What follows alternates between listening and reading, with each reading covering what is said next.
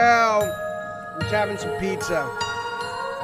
If you're interested in this song and a bunch of other songs like it, it's a great album called Holly the Spectre by our own God Awards here member, Alex Plux, he goes by. I just dropped the link. It's pretty goddamn good. Give it a shot. We'll start in just like 2 minutes. Fuck you, Tainted Dark Blade. Can I not be on time? This isn't on time.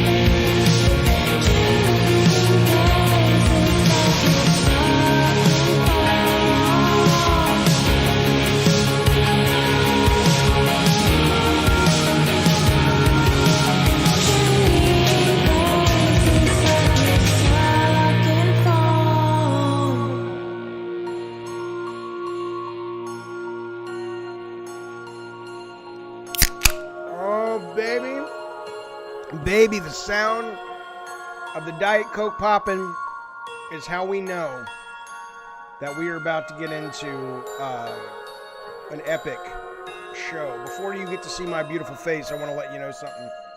Easygoing Gaming just dropped the first super goddamn chat of the day. That is very generous, sir. He says, "Hello, Jaffe. I can't stay long, but I just wanted to drop in and say thanks for them awesome interviews last week. Keep doing your thing, Jaffe." I will, sir. That is a nice, that's a nice pat on the back, baby. That's a nice attaboy. I appreciate it, buddy. It's very generous, and thank you. Let me take a sip of the bubbly, and we will get started. Here we go. Really, app? Does Coke sucks? Is water better? Really? I'm not aware of that. To lose weight, should I not have pizza and chocolate chip cookies? I should have carrots. Yes, I know. Listen, it is the anger episode today. Welcome, everybody. Thank you for being here. I appreciate it. Good to see everyone. It is the anger episode today, only in that this week was just, it really got under my skin. And I'm sure, at least if the internet is to be believed, it got under a bunch of other people's skin as well. And we're going to talk about just a bunch of the stuff that seems to have gamers in a tizzy. I'm going to talk about some personal shit related to video games and the internet that's got me in a tizzy. We're going to get to it. I want to let you know, if you want to call in, I will put you on the air. We will talk as friends do or as enemies do. I don't give a fuck. Let's debate if you want. But you can drop yourself into the Discord. It takes about 10 minutes if you're brand new to let the Discord verify you and do all that nonsense. And once that's done, I'll bring you on at the appropriate time and we'll talk about whatever we want to talk about. Here's the core thesis. All right? Here's the core thesis of the day. We're going to discuss why, and I know you know why, but we're going to discuss the why of the why. We're going to discuss why video game companies only speak one language, which obviously is money, but why.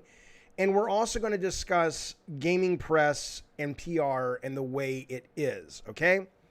So listen, this is the start of it. This was my tweet earlier today, which I think is absolutely correct, okay? If you are a video game developer or you are a video game publisher, don't think in put funny, I don't see your chat, and I'm not imagining what your mother looks like, because I am. Basically, this is the kind of shit that game publishers hear all the time, okay? We don't want buggy games at launch. Fair enough. Okay, so you know what we'll do? We'll extend the schedule to make sure it's not buggy. We don't want that, okay? We'll spend more money to make sure it's not buggy, but it'll mean we have to spend $70 or put microtransactions in the game. We don't want that, okay? We will make the game less scope, right? And then that way, we don't want that. Okay, then what we'll do is we will bring on the team we have and we will make sure that those folks work really fucking hard and crunch in order to. We don't want that. Oh, okay. Well, how about this? We're mad, video game companies, that all you do is pump out the same shit all goddamn day. Give us something new. Okay, here is something new. This is called Gravity Rush 2, or 1, and then 2, because not a lot of people play 1. This is called Sound Shapes. Ta-da! What do you think of the meal we've prepared? Exactly as you... We don't want that! Where's my sequel? Where's my sequel to God of War and the Miles Morales, right? This is... What do you want them to do? Okay? I got it. I'm Phil Spencer. I'm going to solve it for you. Before you buy our games, we're going to give you a great value proposition that will allow you to just, play them until your heart is content, or you can play them, a day, a week, a month, and then if you like them, you can buy it. We don't want that. Oh, okay. So what you basically want is to be angry all the goddamn time because the companies aren't making... I don't know I don't know what you want. A lot of people got mad at Big Bag John Garvin, who was on the stream last week. The news kind of went out this week and everybody was jumping on this guy saying, because he went out and basically said, hey, if you want your games to have sequels, you need to buy them at full price. Now, obviously, I would say that was it was an inelegant piece, in my opinion, of communication, but the essence was correct, right? Because he very quickly was talking, that statement was buttressed right up against his frustration at being the director-writer on Siphon Filter Dark Mirror, and there were over 200,000 people torrenting the game, and they're like, we can't win. We made a sequel. You guys wanted a sequel. It got good reviews, and you're not even fucking buying it. So I understand. I don't think if you were to ask John, and I'm more than happy to reach out to him, although he has clarified, I don't think John is sitting around going, you should buy a buggy game at $70 or $5. I think John is a pro-consumer guy. John is, all you have to do is listen to some of the Copeland shit in there, which is clearly part of his voice in terms of his views, and know that he's not some, fuck you money pig capitalist. He clearly is, he wants gamers and customers to come first and be happy. But his point, though, was not specifically about you should have bought Days Gone 1 when it was buggy. He was basically saying that that's just the way the business model works, right? If you don't communicate to the companies, and again, clearly the way you guys are trying to communicate isn't working because everything you tell them they do and then you shit all over it. So we don't like microtransactions, although what it was, 2K made about 330 million in a quarter of microtransactions just on microtransactions last year. Bullshit, you don't like them. Okay? The only language they speak is money. So Garvin is basically, all he's saying is, the only way to communicate what you want is to put your money where your mouth is. He's not saying you should have bought Days Gone 1. I'm sure he would have liked that. But that guy was fired from Bend, Oregon before the first week's sales came in. Okay? So it's not like he is really sitting around lamenting that he wasn't collecting bonuses. The minute they kicked him out the door, I'm assuming that his financial relationship with that game was over. It's possible it wasn't in terms of his NDA and they made him a deal, but chances are it was. I certainly didn't make any money on God of War, Twisted Metal after I left Sony. And they didn't, I wasn't supposed to. That wasn't the deal we had. But there is a consistent attack mode a lot of gamers are in. And I'm not mad at gamers about it. There's got to be a reason y'all are so angry. There's got to be an impetus, or there's got to be some kind of chronic itch that you guys just feel disrespected consistently.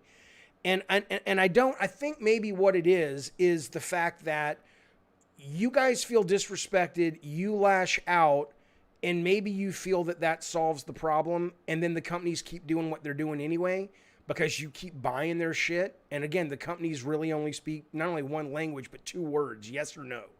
And yes is money coming in, and no is money not coming in. And if it's no, they say what we're doing is not working. We are a computer. We are a machine. That's it. So my guess is the reason you guys are so pissed all the time is you feel disrespected by the corporations. But what do you want them to do? They're doing what you asked for, and then you don't do what you say you want. The other thing, real quick, I'll get to the chat. I promise I will.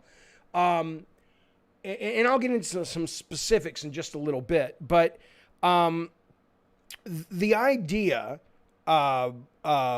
that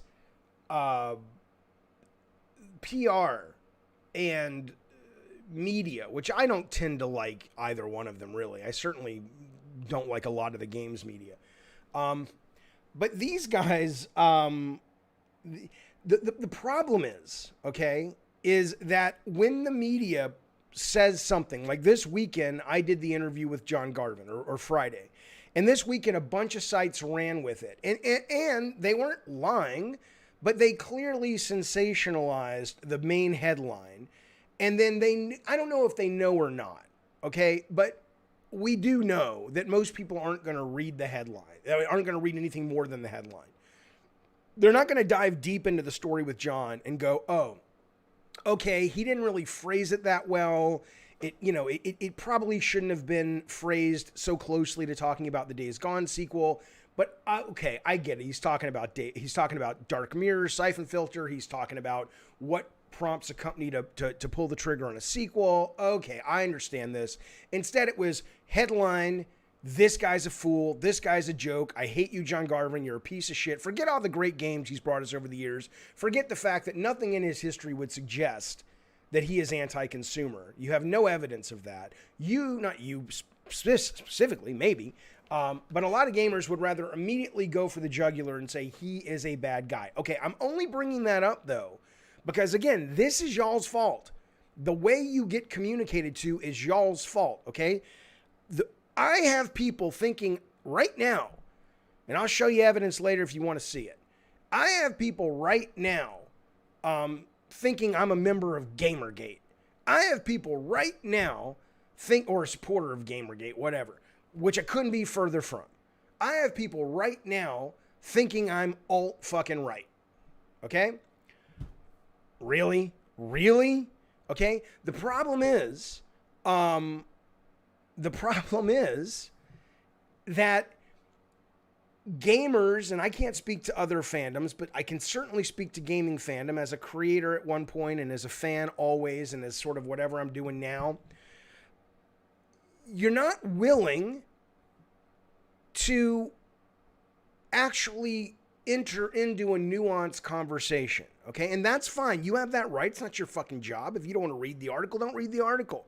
But you can't then blame, or at least intellectually, honestly, you can't then blame PR or marketing or the media companies for talking to y'all like you're a bunch of fucking babies, right? Because I was never Gamergate. You can go, this is about me, but it's about the whole thing. It's just that I can relate to this story specifically and I can tell it with detail, but I'm not going to get into a lot of detail on it. I was never specifically Gamergate at all. I was always, if you go on the internet, you can find me going, they're awful. I hate them. I hate what I'm hearing about what they're doing. And then people would come at me and they would say, no, that's not Gamergate. That's not Gamergate. That's a fringe group, blah, blah, blah, blah, blah.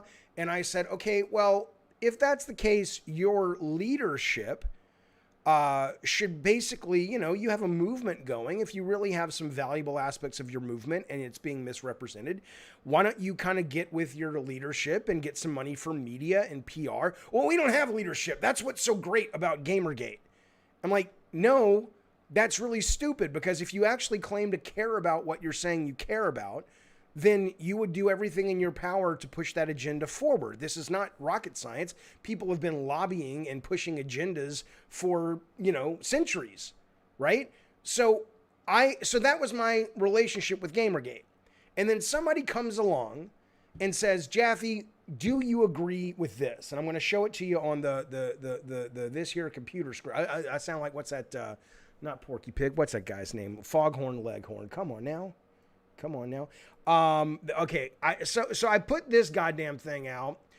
They say, Jaffe, do you agree with this? I support Gamergate. I condemn personal threats. I support women in gaming. Well, and I am against bias and corrupt game journalism. Well, sure. And what I said was, if this is what Gamergate is, yeah, who doesn't support that? Who doesn't go against personal threats? Who doesn't support women in gaming? Who doesn't want good journalism across the board, let alone in a hobby that you love? That was it. That was it.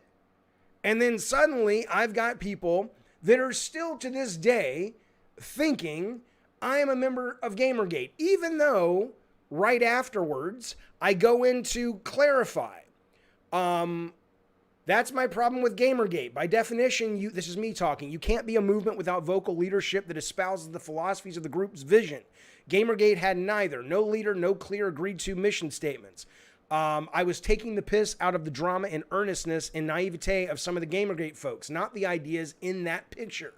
Okay? So this picture is fine. I'm only bringing it up because when I say the media or the press, the media or PR or marketing talks to a lot of you guys like babies, it's because when anyone offers any kind of nuanced thought, and not that what I'm saying here is fucking, Yale level philosophy course. I'm just saying it's not, I don't like it, they're bad. Anything above that level of discourse, a lot of gamers just don't seem to be able to,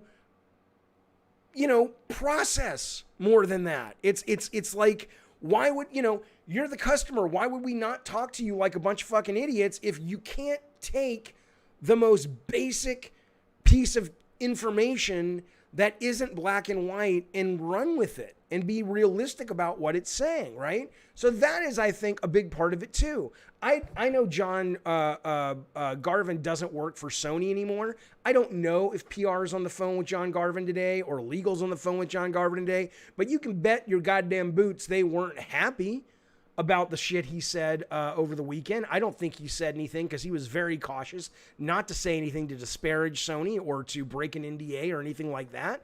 But ultimately, he and I were having a conversation between adults that was nuanced. We were praising a lot of Sony's leadership. We were talking about how great Sony is. And we were also talking about, here's some problems. Well, you can't say that because the news is going to run with it and be really fucking simple.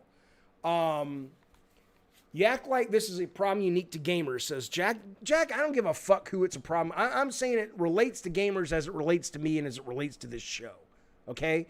All PR is dumbed down for the masses. It might be, Jack, but ultimately then the question becomes, you must be okay with it, right? You must be okay with the fact that PR is dumbed down for the masses. Because if you know that, and I'm not saying you, Jack, I don't know you, but if you know, he's in the chat, by the way. If you know that, then why are people so upset? Why would people be coming at John, for example, and going, grr, this guy's evil, he's a piece of shit. He wanted people to spend $70 on his buggy game. Well, no, he didn't. He didn't say that. He said a number of things. Even the article that people cite, there's a lot of shit he goes into, which has nothing to do with that. Okay? Ricardo, who is a journalist, says corrupted journalist is not a thing. I'm not sure what that means, Ricardo. Okay. Let me bring in some calls real quick. This is Caveman. And we're not going to do calls all day, but certainly I'll bring some people in. Caveman, what's going on, pal? What do you want to talk about? Whoops, I'm muted. Never mind. Caveman, what's going on?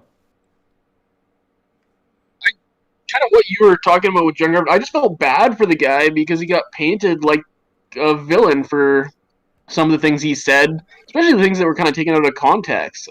What do you think was what do you think was taken out of context that John said? Well, even like the $70, like you have to pay a game at full price. Like maybe the way he said it wasn't the best way to say it, but it's true. It's kind of like I compare it to like movies. Like if you want to support a movie, you have to go in theaters. Like that's how they make their money. You can't buy it on DVD later and then expect, oh yeah, I'm supporting that. Like, and right. That's exactly right. That's exactly right. And I even have people talking about. I saw people over the weekend saying, I can't believe John Garvin bought up 200,000 copies of Dark Mirror that were being pirated. He's like, excuse me, these two people on Twitter were like, yeah, it's been proven that if you pirate it, you were never meant to buy it anyway. So that's not really money out of his pocket. And it's like, are you a fucking moron? It doesn't matter. First off, it doesn't matter. Just because I wasn't going to buy a Ferrari, that doesn't give me the right to go steal one, you fucking moron. And number two, I don't think you can categorically say there is a definite proof that if you pirate something, you won't buy it. I think there is definitely a percentage of people that's true for. But even if there's 1%, and I'm sure it's a lot higher, more like 50 or 60%, that if it wasn't able to be stolen, they would buy it, I'm sure Sony would like that money. And I think, too, it goes beyond that, too, where people were talking about how, like, he was kicking people that couldn't afford the game. Like, he's, like, laughing at poor people or something. Like, he wasn't. Right, he was simply saying to support a game fully, you have to buy it at full price. He wasn't going, hey, if you can't afford it, go work a second job to go buy the game. That's he was right. simply saying, like, to fully support a game and to get a sequel, you have to buy it essentially at launch. Like, goes for pretty much any product that's ever made. Right, that's in right. terms of creative so stuff. why do you think, and Jack in the chat was saying that this is not, Jack, I love you and I hate you. Jack now in the chat is saying there's a big difference between stealing a physical finite object and pirating a digital game. Okay, but the essence is the same, Jacariah. You're still ripping people off. These people put their heart and soul and sweat and blood into these motherfucking things, and just because it's digital, you're allowed to steal it. Let me ask you something, Caveman. Do you think gamers are angry because they have a right to be angry, or they're just stupid like Jack? What's the main reason gamers are so angry on the internet? I have no idea, because I mean, I think, like, did you see like on Twitter, like, Days Gone was trending and stuff? I did see that, yes. And I was looking, and I started reading through it, and then kind of gave up because it was terrible. But, like, there was the amount of people that actually hadn't seen the video. Like, somebody would post something, like a little thing, like John Garvin, essentially, like what I just said, where John Garvin believes only the people that can pay full price are good, and he hates the stupid stuff. And then there'd be all these comments after, like, I can't believe he said that, and, like, blah, blah. And it just, like, it spreads, and, like, none of these people had actually seen the video or seen what he said, or the context, or really understood what he was saying. But, like, it becomes, like, it's like the snowball effect, where one person puts this sort of out-of-context thing, and it just spreads, and that's how people, like you said, that's how people are getting their media, is they're seeing a hashtag on Twitter, or they're seeing one person's view of what this person said. Yeah, I wish we could be better, but I hear you. Caveman, thanks for calling. Call back anytime, bud. Thank you, sir. Yeah, he's totally right. Yeah, there's other people in the chat literally defending Jack Green, by the way, saying that, Jack's a comedy legend. There people basically saying it is crazy that you would compare... Olive says, how can you say gamers can't understand nuance and then turn around and compare pirating a game to stealing a Ferrari? Again, Olive, maybe you were educated with a banana and an inner tube. I don't know, but they're exactly the same thing compared to what Jack is saying. Jack is basically saying, or a lot of these people are saying, I wasn't going to buy it anyway, so if I can put something on a list that I'm not going to buy, then that means I can steal it. Right, Olive? So what Jack's saying and why I'm comparing it is because I'm not going to buy a Ferrari with my own money, so does that get to go on the list? It's the exact same thing. I'm not saying that the costs... Again, maybe you're just dumb. Not everybody, of course, but all of you, just specifically you should call in. Let's talk about if you're dumb or not. I can let you know. I have a 3-question test, Olive. But let me ask you a question.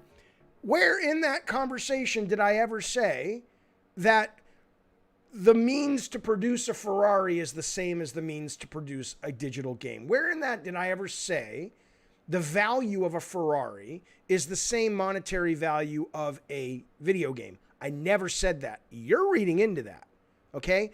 Critical thinking, media literacy. This is what a lot of people don't have, and it's a real goddamn problem. Olive is dumb, says Realism. I don't think Olive is dumb. I think Olive is so mad. Somebody in the chat, I thought this was a pretty smart thing to say. Somebody in the chat, it was, where'd he go? It was Gnome Wizard says, people just want to be angry. Now, I will absolutely be sympathetic to that. I think we are an angry country and an angry world right now. I think we have been betrayed by corporations and by government and all sorts of things that promised us things and then and asked us to sacrifice, and we bought in, and then they fuck us every single time. So I get why people would be angry. And I understand that if you're saying, Gnome Wizard, that some of that anger is being funneled, it's almost like, this is a crazy analogy, but this is where my brain goes. At the end of Cabin in the Woods, when the blood gets spilled and it kind of spreads out along the sacrificial stone and gets in all the wedges and shit, it's almost like we have the anger and it just seeps into everything. And if you're a gamer, if you love games, if you follow games, you're going to see it reflected there. I mean, that may be, if that's what you're saying, that may be a good point. I want to let everybody know that Daniel Guerrero in the chat just made it very clear that Jack Green just ate a big bag of deets. That may be true. Nothing wrong with that, though. I want to tell you a story a conversation I had with my brother today, but let me tell you this first. Ali Al-Matawa dropped super chat. Thank you, sir. He says, if Xbox, we are going to get, by the way, to talking about the PlayStation 3 store in a second. If Xbox buys devs and makes all games exclusive to Game Pass, wouldn't it be better to have Game Pass on PS5 like EA Play? Won't it kill the Xbox console? I mean, sure, if Xbox comes along and they say we're going to put Xbox Game Pass on PS5, yeah, why would you want an Xbox Series X then? I wouldn't. I'd get rid of it. But I don't think that's in the cards. I don't know why anybody would do that if you work at Microsoft, but sure, absolutely. Okay, Ryan Landy says, Jaffe, the media, not all of them, are going to paint you as right-wing. That's what they do when they don't like you. Yeah, but you'd think what they would do instead is, if you want to paint me as right-wing, show me some right-wing shit I've said. I didn't make racist comments like Patrick Klepek did, right? That you can still find online. There's a bunch of stuff like anti-black stuff, anti-gay stuff that a bunch of these guys have said that you can trace back to Twitter and go, what the fuck? You're painting me as all right? I literally have never said the N word in my life, ever. I'm not that I'm virtue signaling, but I'm only in comparison. I donate money all the time to trans causes, LGBT causes. I've had kids of my friends, I've been like, hey, the pandemic's happening, but if your parents aren't accepting of you coming out of the closet, if your parents are okay with it, you can sleep on our couch for a while. Don't worry about it. We got you. Okay? Can't paint me as alt-right because that's not what I am. But hey, show me something. Okay, My Demon drops super chat, but then he retracts the message. I don't know what the fuck he's talking about, but I appreciate it, sir. Thank you. Johnny Mentology says, watch out for the ERA user influx. ERA, the Equal Rights Amendment, they'll infiltrate you until you trust them, set the place on fire, and cancel you. Oh, you mean reset era. Gotcha. Think McCarthyism for era user. Fuck reset era. Fuck reset era. Let me tell you something. Those people should love me. The people at Reset Era should be bowing down to me and saying, Jaffe, you're our guy. But they're so goddamn stupid. They're so goddamn stupid that they look, let me just fucking, I'm going to get some calls, I promise. They're so goddamn stupid, okay, that they literally look. I had this happen to me this weekend. They literally were looking, let me just walk you through this really quickly. I don't know, this isn't a Reset Era guy for all I know. He says, he doesn't like me though. He doesn't like me. And then this guy, Dylan Jones, says his audience, meaning my audience, is the same as Gamergate and Quarter Pounder. I didn't know what CM was. I like Colin Moriarty a great deal, so let's move that one off. I wasn't referring to that. And I'm like, motherfucker, I think Gamergate's a fucking... Gamergate and... Quarter Pounder is the quartering. Got it. Okay, yeah. Fucking hate the quartering. I think he's a nightmare. I think he's dangerous. I think he's a hustler. I respect that about him. Why would you assume that, right? So I dig down a little bit. Tell me why. Jeff Grubb, this guy who I've never met in my life, bans me or blocks me or whatever on Twitter. And if you go to the about this video where I'm trying to get members for the team, it'll say join the fight. And this guy Ryan Schaefer's like, join the fight against what? Who? And Jeff Grubb is like, he knows exactly who his audience is that he's talking to, implying that I'm some kind of alt-right Gamergate guy. I'm like, motherfucker, it's literally called the Diet Soda Soldiers. You think Stan Lee, when he was asking people to join the Mary Marvel marching band, actually had a marching band? It's metaphorical, you piece of shit. Moving on. This reset era, I swear I'm going to get off this. I swear I'm going to get off this. You love the quartering? Fuck the quartering. Listen to me. That goes out to Balashi in the chat. The guys at Reset Era always point to this. I say people need to let Mayo Yiannopoulos and people like him speak out loud and proud. And I believe that. And I go on, if you read the tweets, to say, I'm disappointed you don't understand my point. I don't support him. His ideas are horrific. My point, if I only personally support freedom of speech for ideas I find acceptable within a specific range, then I don't really support freedom of speech. Okay? But people are like, he likes Milo Yiannopoulos. No, I don't. He's a nightmare. But he has a right to speak in America. Okay? So yeah, Reset Era, come at me. The final thing I'll say, I'm not trying to make this about me, but this is just, I have personal experiences with this. Then they're like, well, Jaffe, you're all right because of your thumbnails. I'm like, my goddamn thumbnails? What in any of these thumbnails is alt right to you? And they're like, oh, well, it's the style. Oh, I'm sorry. Is there a union? I use this style because somebody on my Discord says, hey, Jaffe, this style seems to get people's eyeballs, especially if you're not a good artist. And I'm not. You know where I also got this style from? The National Goddamn Enquirer that my mom read religiously. I got it from Us Magazine. This style works, okay? It draws you in to the core essence of what the story is about. I never lie. I never say it's about one thing and it's about something else. So my bigger point, I'm done talking about me, I promise.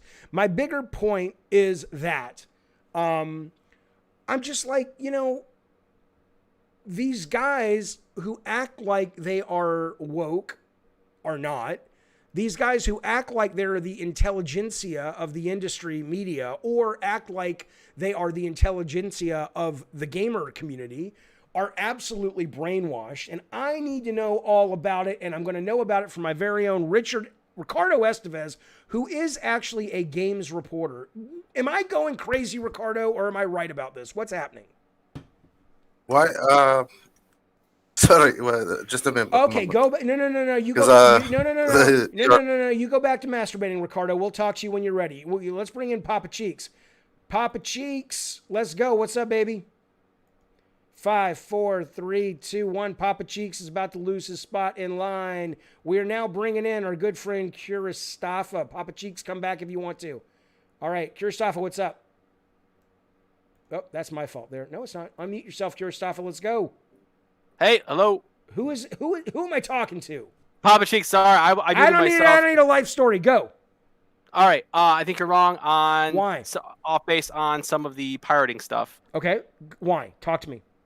Okay, so do you know where pirating came from? Where kind of like it started? Are you talking about software pirating, or are you talking about like pirates? Oh, no, I don't. Mainly importing. Okay. So that's, I mean, I know basically back in like the old PC days, like old box CD copy stuff, a lot of countries, because of like tariffs and also just in terms of import licensing and things like that nature and certain laws, like wouldn't allow certain types of media or just certain things in general in countries. So that's where pirating came to be. And I agree to an extent with you on the PSP stuff when you brought up John Garvin. But I will say this, like, part of that also is not all on the people to pirate it. Part of it also is on the company that made a device so easy to fucking homebrew and pirate. Which is why the Vita was made the way it was with the cards and stuff, because it made it almost impossible. Colin Moriarty, actually, his previous podcast talks about it, that if anybody pirated on a Vita, I guess Sony would 100% know who pirated and on your actual device that you pirated on that device. Okay, but what They are you? could lock your account. Who are you blaming? What are you blaming who for? I don't understand. I'm saying that you made it like that gamers kind of brought this on themselves in a way. Yes, by because not you're breaking buying the law. game. Because brought what on themselves? There's like 5 different topics that are all I know, tangentially but let's related. just say this. I know that pirating is 100% bad, and I pay full price for all my games. But I'm just saying you can't put all of the blame on gamers in terms of what blame? Which blame am I putting on gamers that you don't think is justified? Well, a lot of the ire that you talked about, you think saying people are just like angry. Well, a lot of the ire stems from look at the history of games in terms of what things have been priced and how extorted a lot of people are. Like a lot of games now aren't $60, not even $70. They're like, look at 2K games, they're over $100. Right? What? No. You mean if you include the microtransactions that you might want? But I'm saying like when you buy a game at 60 in terms of the content and what you're probably going to play and the time you're going to put into it, you're gonna at the end of the day they know that you're going to put in more than $60, and they make it that way. Okay, right, but you do it, right? Literally 2K has again. This is what I go back to. Well, then now they understand one language. They made $325 million in a quarter. They will make over $1 billion, as will Activision, in microtransactions. Why? I understand that. So I think it's because they know that they need to make up a majority of the money and make more profit. That's how they're going to get you. But my thing is, no. But why are you doing it then? If you're basically saying the gamers are feeling exploited. If you are, would you agree with me that the thing the companies really care about is money? That's the only really thing they care about, correct? Yeah, that's that. Yeah, but okay. Well, hang on. About their consumer. No, they don't. They care about their consumer only as far as the consumer will make them money. Right. Okay, so it all goes down to that. So if it's that binary, which it is. There's only 2 thoughts if you're 2K or you're Activision when it comes to microtransactions. Thought number 1 is the consumers are very vocal saying they don't like this. And even though they're buying it in droves more and more and more every year, we think there's going to be a long-term ramification that is going to hurt brand loyalty, and we have to think about the long game. That's option 1. You're seeing it now. Or option 2 is they say one thing, but they do something else. And that's how they're responding right now. They're basically saying we're making crazy money and the consumers can complain, but they still buy. So would you agree there's 2 different types of consumers in gaming? There's a lot of different types of consumers in gaming, yes. But what I'm saying is I think you're seeing a lot of the residual issues that I'm talking about in the breakup right now with all the different types of games and the pricing of those games. Look at what's going on with Japan, right? How many games out of Japan are coming out comparatively to, like, I guess you could say 2 gens ago. You're starting to lose me. Not in terms of your argument being bad, but I don't understand what that has. Explain to me what I just said. How what I just said was wrong. You're saying there's 2 types of gamers. You're basically saying, correct me if I'm wrong. You're basically saying there is a type of gamer, yes, Jaffe, that will deal with the microtransactions or be okay with it, and there is a type that does not. Correct? Correct. Right. The type that does not, they don't care about right now because they're not making any money off you. Okay. They have run the numbers and figured out the type that doesn't give a fuck about microtransactions. They'll happily pay upwards of over $100 for 2K21, whatever the fuck it is. Those are the people they are choosing to be in business with. Right. You have companies making games for you, but they're probably no longer 2K. Right? Right. I think my issue I was trying to get across, though, is what you and John Garvin were talking about. Okay. I want to get back to that. Okay, real quick. Well, I go where I'm interested. Go. All right. So my thing is, I think a lot of that, the issues that people have with what John Garvin said, I think we all know that he didn't mean it the way he meant it. He was just talking in general. That's right. But I think a lot of people, in terms of like the whole brand loyalty, in terms of like how software has treated them, I think the precipice needs to happen between the developer / the PR of the company and what the expectation should be for that software. So I think we should have more demos. I think we should have, or at least be precedent. Why? That, hey, Why? This game is early access. Why? Because at least you know what you're getting. You don't know what you're getting until you play it. So what? Do you not sample a song before you're gonna before you buy an album? I'm the company computer right now. I'm not David Jaffe. I don't disagree with you intellectually, but the companies are like, why would we do that? You're buying it anyway. You're buying Call of Duty buggy. Obviously not. Obviously not. Like Days Gone didn't sell like what it should have. Days Gone, though, I don't think you could argue. Okay, it's a great point though. That I will agree. If they can trace it back, and Sony, and by the way, I will not say it. I will not. Okay, let me do a couple of things. Let me answer your question first. But if they can trace it back, and if they can say Days Gone didn't sell primarily in the first months because of bugs, then that is a great lesson. That is a great fucking lesson. And if Cyberpunk genuinely lost money, which they lost over $1 billion, at least in stocks, because of bugs, that is a great lesson. That is how it's supposed to work. That is how the free market works. You guys are saying, fuck you. I want my money back, or I'm not going to buy it. That's how the media is supposed to work. They're saying, fuck you. Although not all the media, a lot of the media were in the pockets of Cyberpunk. But the guys and girls who actually reported accurately that it was a buggy fucking mess, I got one guy in my fucking stream who had early access to the goddamn thing. And he was dying to let people know this thing is a disaster. But he couldn't, because he knew he would get his YouTube channel canceled because CD Projekt Red was going around and knocking people down who were putting shit out about it, okay? But that's how it's supposed to work. But let's hope that continues. But right now, when it comes to things like microtransactions, when it comes to things like the Sony PS3 store, you think Sony would have shut the PS3 store down because it was making a lot of money? They shut it down because nobody was using it, and they're probably going to fold it into a bigger service anyway. Which they backtracked today. That was great. I understand they did, because they're probably getting beat up on PR, and they're probably worried. Yeah. There is a point. There is a point of breaking where they say gamers are going to complain. So what? It's a tempest in a teacup. That begins to get big enough, and then they say this might start hurting our bottom line. Let's make some changes. Okay, last thing, Papa Cheeks, go. As a developer, do you think, because we're in a connected world in terms of how games get updated and stuff like that, do you think there should be a better, I guess, relationship between the developer and the consumer? Do you think there's a way going forward in terms of... No! Like... God, no! God, no. Would I love that? Yeah, that's what I would love to do on my show. You would be surprised how many... I've had like 6 developers since last week reach out to me. Big motherfuckers. And I'm like, dude, I have to have you on the show. And they are like, I want to. And when I ship this game, I will, because I'm going to leave the company then, okay? But these people, you even heard John talk about it. They are in straitjackets. And look, if I was PR, I'd probably be the same, because you have to speak in like the simplest terms to people when you're giving press, because otherwise they'll think you're alt-right. They'll think you're Gamergate. They'll think you're John Garvin who hates the consumer. So why in the world would PR go, yeah, let's open the valve and have that relationship be more honest between gamers and developers? All they do is... You don't think there's a world to have like playable demos and stuff though? I mean, that's two very different things. That's what I'm talking about though.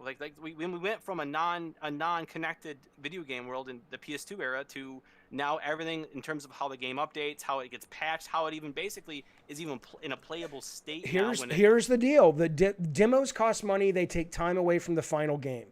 If you guys begin to express through your buying patterns that without a demo you ain't buying, or you ain't pre-ordering. You motherfuckers go into a store. I got the guy, I'm so excited, the guy who runs Limited Run Games is coming on, who does, Limited Run, the beautiful collections and shit. Oh, nice. But yeah, he's on Thursday. But the idea that people are still pre-ordering, that people are buying day one, why would Sony invest in demos? They're like, we don't need them. But if you guys stop buying until you wait to hear if it's a good product, maybe they will put the demos out. All right, Papa Cheeks, always good to talk to you.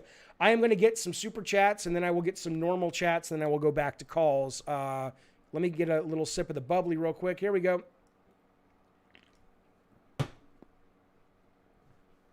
That's the devil's piss, but it's good. Reggie Mobile stops by and drops some ducats. he says, we are living in the childification of America. We are. And it's a different stream topic for a different channel I have called Stiltskin Speaks. It's not for this. This is gaming. But let me just say, it all comes from the same dark, dank, smelly, awful pit, which is really poorly regulated capitalism. We make citizens stupid. We educate them poorly so they buy shit, and the rich get richer, and we don't care because we're so undereducated on politics and policy and psychology that we don't understand that the very nature of we're giving up our value to companies, and we're doing it willingly because they've convinced us it's the right thing to do. Nerafit, maybe, drop super chat. Thank you, buddy. I appreciate it. He says, gamers are so entitled. If it's too expensive, don't buy it. That's right. Or if you don't buy it day one. That's right. Or support something like Game Pass or PS Now. Play the shit before. There's your demo right there. Dickie Jones drops a super chat. Thank you, pal. He says, Jaffe, Reset Era's owner made racist comments in the past, and anytime posters bring it up, they get banned. Progressive, ignore the clowns. Well, you know what, man? Dickie Jones, listen, there is a part of me that is genuinely optimistic about people. I'm not is the term misanthrope? I don't dislike people. I think underneath all of it, people are just scared.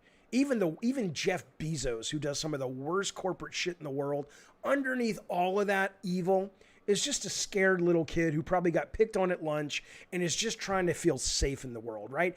I don't want to hate the Reset Era people. I don't want, people talk to me. I got somebody reaching out last night. Why? I can't believe you like Colin Moriarty. Look what he said about Asian people.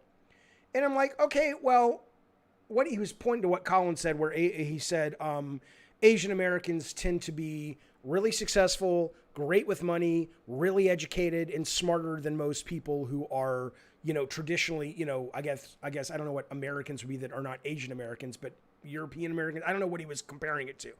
And I'm like going, okay, that's clearly there is racism baked into that. It's a positive statement about Asian folks, but there's still, maybe there's a better way to express it. Maybe there's not, whatever. But Colin's a smart guy. He's an educated guy. I don't have to agree with everything Colin says for Colin to be my friend. There's a lot of people. I have relatives in the goddamn deep South I think are morons when it comes to certain topics, and they're geniuses when it comes to other topics, just like they feel about me, hopefully. But this idea that you have to check all these goddamn boxes or you're an enemy is absolutely ridiculous. So I hear you, Dickie J, but I do not think I can go on living if I was that cynical to think that no one can be brought around to the light. Neff again drops super chat. He says, I love you, Jaffe. Forget the Twitter warriors. I like the Twitter warriors. I like the scrap. I like the fight. It's a lot of fun. Mikey St. Jules of the Connecticut Jules says, Jaffe, listen, I appreciate the latest content. Thank you, sir. I've been following you for a while now, you old so-and-so. Cheers from Long Island. Sir, thank you for the super chat. Thank you for the follow. Thank you for being part of our little community here. I very much appreciate it. Now, Johnny Mentology comes in. He says, watch out. Oh, he's the guy who said, watch out for the Reset Era influx. I guess, but fuck him. I'm not going to run scared from a bunch of fucking idiots. I don't run scared from anybody. Certainly not from that. Okay, there's a super chat. So let me get to some free chats, and then I'm going to get to some calls. Here we go. Okay. That's true. Fred says Game Pass can be demos as well. Johnny Mentology says Colin can't seem to win. Colin is winning brilliantly. It's not my, and I don't know. Colin never has, and I hope he never does. It's none of my business. Shared his finances with me. Okay. But the motherfucker has at least on any given month, he's got around 9,000, probably more Patreons. That's not to say the money he makes from advertising and other things. Okay. Not just the Patreon. And I think the lowest tier is $1.99. You do the goddamn math. Colin has won. Okay. I think, Colin's doing just fine. I don't think Colin needs the PAX invite as much as he would like it. And as much as he is right about it being rescinded under really terrible circumstances, that guy knows what he's doing. Tyler says, Jaffe, do you fear the cancel culture? No. God, no. God, no. What do I give a fuck? I'm 50, guy. I'm 50. I am 50 years old. I have 2 beautiful children. I have great friends. I am healthy. I need to lose weight, but I'm healthy. The fuck do I give a fuck if some reset era punks want to be canceled? So what? Fucking morons.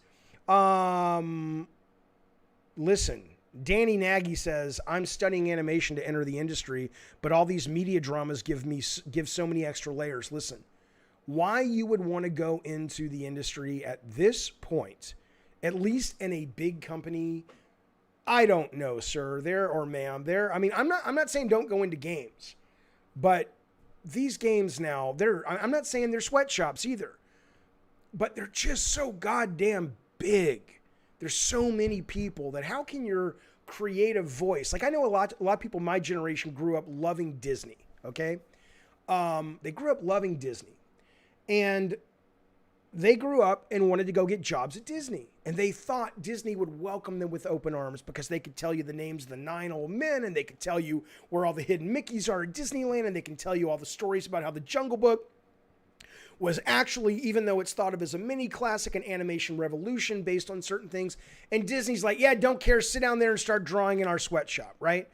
People grow up loving games. My advice to you, not that you're asking for it, but I'm going to give it to you anyway. People grow up loving games, go indie. Find a group of people. Find your fucking tribe. Find 8, 10, 12 people that just vibe with you and go make your mark. And then maybe you guys can jump into some big shit, or the ladies can jump into some big shit. But to dream of animating on The Last of Us Part 3 or God of War, I'm not saying it's not a great job. Sony Santa Monica is a diverse, wonderful workplace. Wonderful leadership. All of Sony for the most part is, okay? I'm just saying that you're absolutely right that if you are watching the industry from afar and thinking about entering it and going, there's all these layers of things that really have very little to do with what I love, which is gameplay and animation and in-game storytelling or whatever it is you love. You're right. So find your tribe, baby. You're going to be really bummed. I did direct a Disney game, but trust me, I mean, I was like one of 4 directors and no, fuck you, NBMTX, dream small. Dream smart, bitch. Listen to me. Don't fucking say dream small.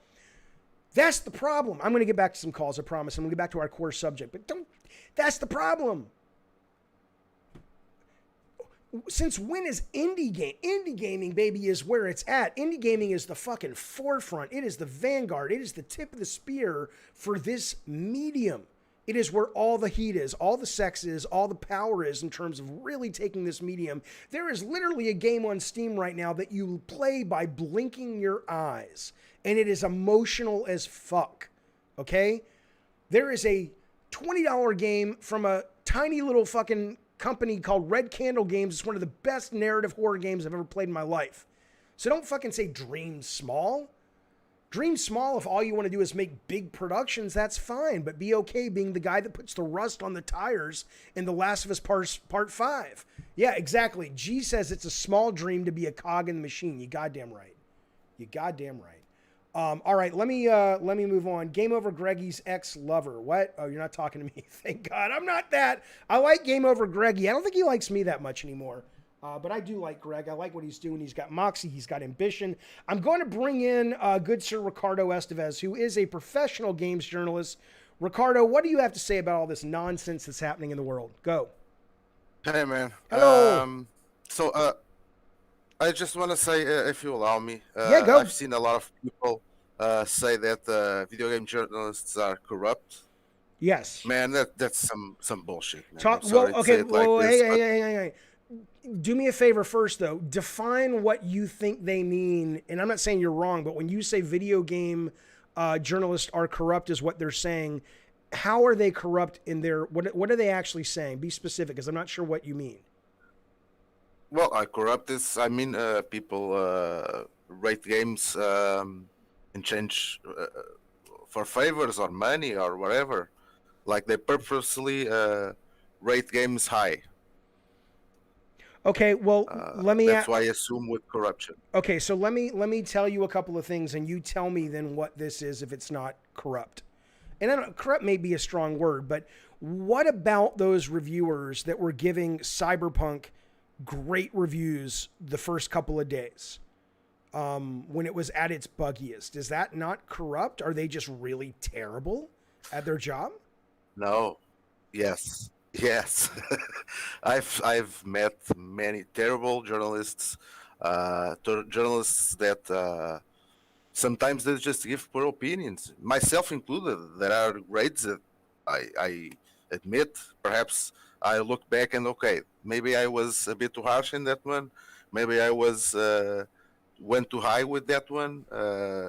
I'm sure every journalist goes through that, but purposely rating a game in exchange for favors or money or whatever. Nah, man, that's a myth. It does not exist. If you're talking about that, I would tell you after 20 plus years in the industry, and I only have Sony to go on, I certainly never saw Sony doing that.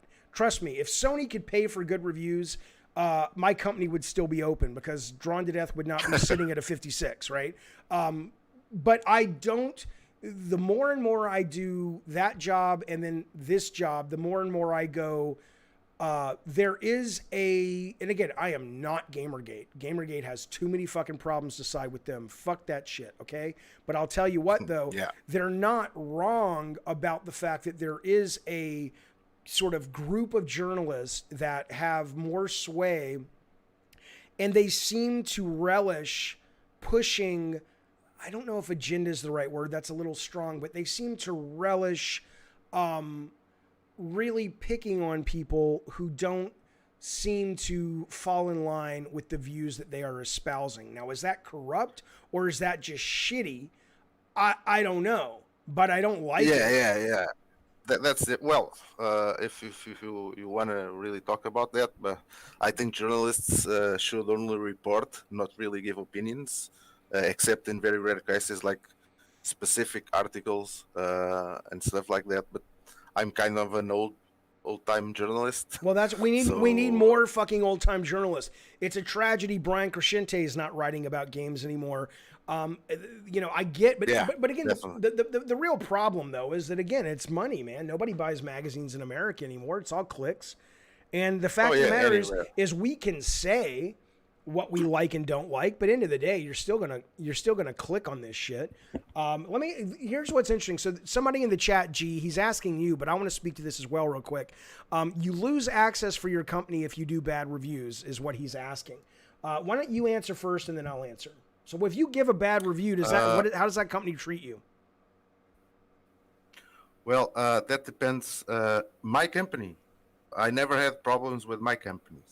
The companies I worked for had problems with publishers, and it's the job of a good editor, a good director, whatever you want to call it, to serve as a shield between the publisher and the journalist reviewing the game, journalist, whatever, a reporter reviewing the game. Right. That's what I always had the good fortune of always having a good shield between myself, and the publishers, and the publishers press to how should I put it? Right, I got it. Try and Look, convince. make no mistake though. I think if publishers could pay and not get in trouble for good reviews, they would. They would look at it just as another PR thing. What I will say though to G though is this is kind of the problem, in my opinion, that I'm starting to find. Like, I've had these guys reach out to me and say the company won't let me come on. I'd love to come on, Jaffe, but I can't. The company won't let me. That's fine. I respect that. But end of the day, I don't give a fuck. Right? It's like if I ever have a guest on this show, I will never go through PR. And if that means I lose an opportunity to talk again to Corey or Neil or Shannon or Phil or I don't give a fuck. Who gives a fuck? Seriously, because why as an audience do you guys care about that? Why would you read an interview that you know There's a PR guy right to Corey's left. I'll give you an example. I was giving interviews in Drawn to Death. I was in San Francisco, and I was just free. I was myself. And then I'm starting to leave to go get the cab or the Uber, and the PR guy pulls the reporter aside and says, hang on, I want to talk to you a minute. And I know good and well, because I heard after, what he was doing is, you know these 4 or 5 things Jaffe said in there? I don't want you to report those, okay? And if he did report them, guess who's not getting a new copy, early review code of the next Sony game? So it's really gamers' fault. You guys read this shit and support it. Why don't you demand people write articles with interviews with people that are actually... I've seen stuff like that. Yeah. It's insane. Ricardo, I am doing an interview with Ricardo. Is it tomorrow we're doing it? Tomorrow? Yep. Okay, and I sent it 11 o'clock my time's working, but I'll hit you up to, after the stream. Okay. All right, thanks, man. Okay, let me get some super chats. This is Den, says Jaffe. Hello, Den. Thank you for the content. You're very welcome. Thank you for being part of our community. I appreciate it. He says, Den says, if you look over to your left side of the plane, you'll see a question from Den Lomov. If Microsoft will offer you an exclusive position in a big game studio and give you a green light, will you agree? What game of your dream will you make? Okay. Yeah, I would agree. If Microsoft came and said, you can choose the producers, which I would choose Shannon and Nick, and you can work where you live, and you can basically not have to build the team. Shannon and Nick and those guys can build the team with us, and you just be the creative guy. Yeah, sure, that'd be fun. But it's the running of the company, the building of the team, all that shit, man. I'm loving what I'm doing right now so much that I would have no goddamn interest in doing that at all. Okay, Joe really I'm going to bring on Joe. Joe is a longtime supporter of the show, but Joe really wants to talk about the Sony store opening, and we are going to do that right now because that is obviously big news. This is Joe D. Joseph, where are you, pal? How you doing? I'm here. Good. So what do you want to talk about? PlayStation and its retraction on the PlayStation store. Okay. I can now buy Vita. I can now buy whatever I want on PS3. Yes. Why did they retract? Well, I don't know. What I will tell you is, clearly, so I think, I'll give you my theory. My theory is the number of people who really give a shit about that is minimal. The way I'm pretty sure I know that is that they haven't pulled Last of Us 2 or God of War or Spider-Man Miles Morales off the shelves because those are making them a lot of money. Why would they get rid of them? So it's very clear that the PSP Vita and PSP 3 store, I'm not saying there aren't anecdotal stories of people who use it still, but it wasn't worth it for them. That's my read, clearly, in order to keep it open.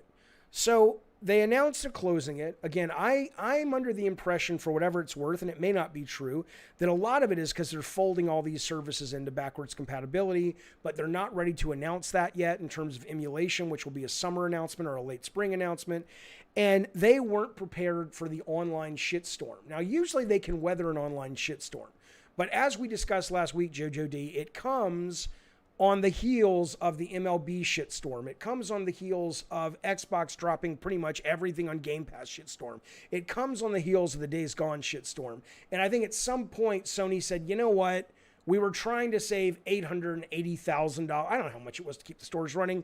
We would at this point, the PR value is more than what we would save in the value of closing the stores. So let's do that. I do not think there was any other reason than it was a decision that Jim Ryan made out of being convinced by PR that they needed to keep those open. It was better for them at a messaging standpoint. But I do not think they were like, holy cow, look at all these people who suddenly want to go buy copies of Tokyo Jungle. No, that wasn't it. That's my take on it. Did you pass away, Joe? Oh, I thought you were joking. I'm like, Joe, stay with me. But yeah, I mean, yeah, but I'm look, man, I'm glad, right? I'm glad that that they're keeping it open. People on Twitter again are like, Jaffe's going to be upset about this. I'm not upset about it. I think it's great for the small percentage of people like you that will benefit from it. That's great. But I think it is more of just a bunch of virtue signaling bullshit. People talk. I can't wait to have this guy Doug from Limited Run on, because the whole point is people go, oh, it's about preservation. It's about preservation. It's like, well, I don't really think so. I think most people, that's just a thing that they latch onto. I'm not saying there's some people that don't care. Let me ask you this, Joe. I got up this morning, and I don't know why it was in my brain pan, but I said, I want to play Deadpool, the game. The CTO of Bartlett Jones was the lead programmer on that. I saw something on TV. I'm like, I want to play Deadpool. Well, Deadpool is currently not available anywhere. It got taken off Steam. It got taken off Game Pass. It's gone. If you don't own it, it's gone. Okay? You know what I did? I was like, oh, that sucks. What else am I going to do today? The idea that this is some tragedy is maybe you can educate me on it. Like, what's the big fucking deal? It's not like Activision has burned the code or the drives that the code is on or run a magnet over it. It's just not currently available. Maybe it's for licensing issues because the character is now with Disney and not with Fox. Who the fuck knows? Who the fuck cares? But why do you think people are so vocal about it when in essence, so you can't play a game you want to play? Big fucking deal. Go play something else. Well, today I woke up and I just said, hey, you know what? 75% off of Sony PlayStation Store. I went in there and I was like, oh, Manhunt. I haven't played that in a very long time. I bought it. Bam. I downloaded it. I started playing it. It's great. Bam. I'm now playing it. Yeah. If it's gone, hey, you know what? It's gone. I now own it. If it's on Game Pass and I tried it and I played it and finished it, hey, I played it. It's done. Right. And by the way, your magical phrase there had nothing to do with PS3 Vita preservation. It was 70% off. That was why you bought it. Exactly. Right. So it's like, yeah, if Sony's saying, hey, we're going to sell you all of our games at, $5, cool. Better yet, if they make them backwards compatible through emulation. So it's like on Steam. I'm playing fucking Turok from N64 on goddamn Steam, and it cost me like $2.99, and it's one of the most fun things I've played in like 8 months. So I'm with you, Joe. I think people get really, I think you're an old guy like me. Do you think what it is just people are fundamentally upset, fundamentally mad at the world, and if you happen to love games, this is where you kind of express that anger? Because this isn't logical, right? This isn't rational. That is exactly the point. Growing up, you buy your DVDs and you own it, and then blah, blah, blah, you play it. And guess what?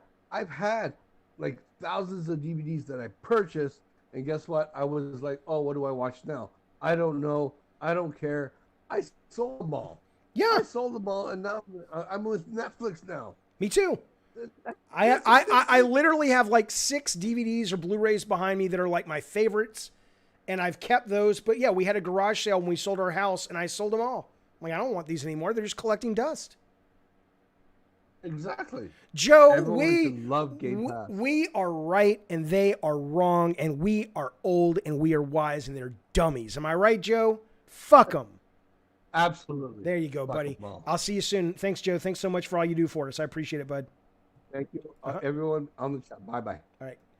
All right. Listen, let me bring some super chats. But first, I want to tell you, where did it go? This guy says to me in the chat, he says, come on now. He's talking about pirating. I got to read this because it's so goddamn dumb. It's from Manuel Jimenez. He says, Jaffe, if the publishers make the game impossible to obtain, then they deserve to get pirated. Well, no, they don't. They should know better. They should know that people are people, and unfortunately, we are not, for the most part, a good, noble species as we pretend we are. And they should go, okay, well, if we do make Deadpool go off the store, if you really want it, you'll just go steal it. You're not wrong about what people will do in the face of that decision by a company.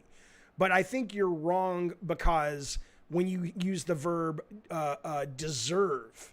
They deserve to get pirated.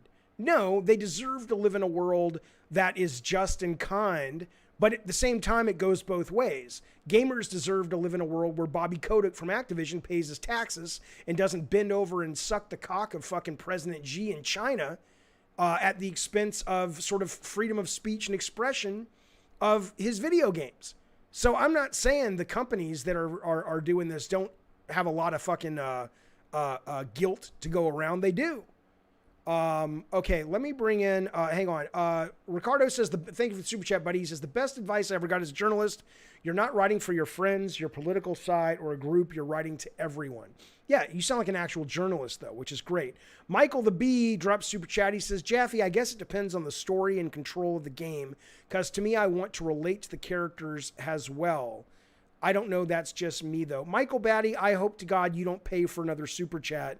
But I do want to address what you're saying because it sounds pretty interesting, but I don't understand it. What are you talking about?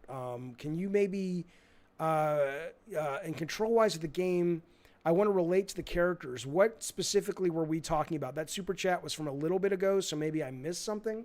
No, Team Worm, that's different. Team Worm says, Jaffe, Sony was selling Vita dev kits up to the moment they announced it was closing. I imagine some publisher studios threatened to get litigious. Oh, that's totally fucking different. Like when Colin Moriarty's upset because he's like, motherfuckers, we just bought this. A new dev kit for our Vita company. And now you guys are shutting it down. What they should do, and maybe they didn't, I haven't been paying attention to that, is that they should have gone to Colin and said, yeah, anybody who basically bought this shit within the last, 6 months in terms of hardware from us, we're going to give you a full refund. Unless you've like just pissed on it and broken it, here's your money back. We apologize. But that's all they should have done. I mean, they can't help it if they make changes. But I think Sony should have absolutely given them their fucking money back. That's just shit. Eternal says piracy is literally theft. So whatever lies you have to tell yourself to justify it only brings light to your true colors. I agree. Look, man, I used to, when I left Bartlett Jones, and I still am, I became very frugal, right? Because I was making a lot of money in games, and then I wasn't making any money. And I had a bunch of money in savings and investments, so I wasn't struggling or anything, but I was like, I'm like a squirrel with a bunch of nuts now, saving for the winter. I want to be able to do this show as long as I can on my savings and investments because, it's not like I can make a lot of money. I mean, I'm grateful now. You guys are amazing. It's not a complaint, but I'm saying I had to be real frugal, or I wanted to be. So I had a couple of weeks there where I was literally going to these websites where I could read free comic books the day they came out. It was glorious. And then I was like, after about 3 or 4 weeks, I'm like, I love it, but it's not right. And so I subscribed again to Marvel Unlimited, which is Netflix for comics. And recently I subscribed to the DC version, which is Netflix for DC Comics, because they didn't have that for a while. They had it with this other system, but now it's just standalone. But you're right. I mean, you're absolutely right. I was a thief. I was a comic book pirater. I didn't like how that made me feel, so I stopped. But yeah, you're absolutely goddamn right. I will get some super chats in a minute, but I want to bring in some people who've been waiting a long time. This is our good friend Kuristafa. Kuristafa, you are on. Go, buddy. Kuristafa. Hey, how you doing, Jappy? I am great. How are you, sir? Go. Good. By chance, did you talk about the PlayStation Network services coming back? Because I wanted to talk about that and why gamers are angry. We just got off the phone talking to Jojo D about it. But give me, if what you're saying is going to be repetitive, I'll just tell you, yeah, we're done with that. But what's your angle? Okay. Yeah. So my angle was a bunch of people got angry, and then Jim Ryan was like, oh, okay, I see a bunch of people are angry. Let's bring it back up. And the reason a bunch of people got angry was because people were like, oh, wait, I can't get these games anymore, but I want these games. So sometimes being angry can be okay and help the industry. And that's kind of what I wanted to get at. But why do you think Jim Ryan reversed course? Because he was sad people were angry at him? No, he reversed course because he saw that there was a potential market for these people and that they could make money off of them. Like people like me. There's a potential market for people like me that Jim Ryan can make money off of. Yeah, you know what's interesting about that is that I wonder how sustainable that's going to be. Like Joe said, he just bought a bunch of games because they're basically saying 70% off. That's his favorite number, by the way. But 70% off in the PlayStation Store right now. So I get that. Really? Because That's what I had to buy a lot of my games at full price. I bought Rain for $20 full price. I don't know. bought Joe said he logged in and he got a bunch of games like what did he say he bought? The Manhunt game for 70% off. But anyway, regardless of that, okay, so here's the best case scenario for gamers and for Sony is gamers were like, oh wait, you're taking away the McRib? You're taking away the Szechuan sauce at McDonald's? No. We're sorry. We will become very avid consumers of that, right? And then it's like, oh good, Sony wins and gamers win. But if what happens is within 3 or 4 days after everyone's like, yeah, we did it, yay, the stores go back to where they were before, which was basically probably making no fucking money, then they'll be right back where they were. They didn't. No, I don't. I think that's like the wrong mindset to have because the thing is, so it's the way it is. Why do you think they were taking these down to begin with? Because they were making money?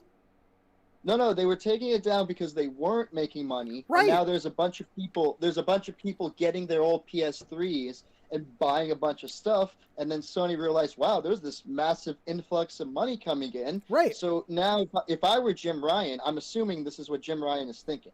Jim Ryan is probably thinking, okay, there's a lot of people that clearly want to buy digital. For a while, they weren't buying because they didn't have access. Okay. Now they're just buying all these old PS3s.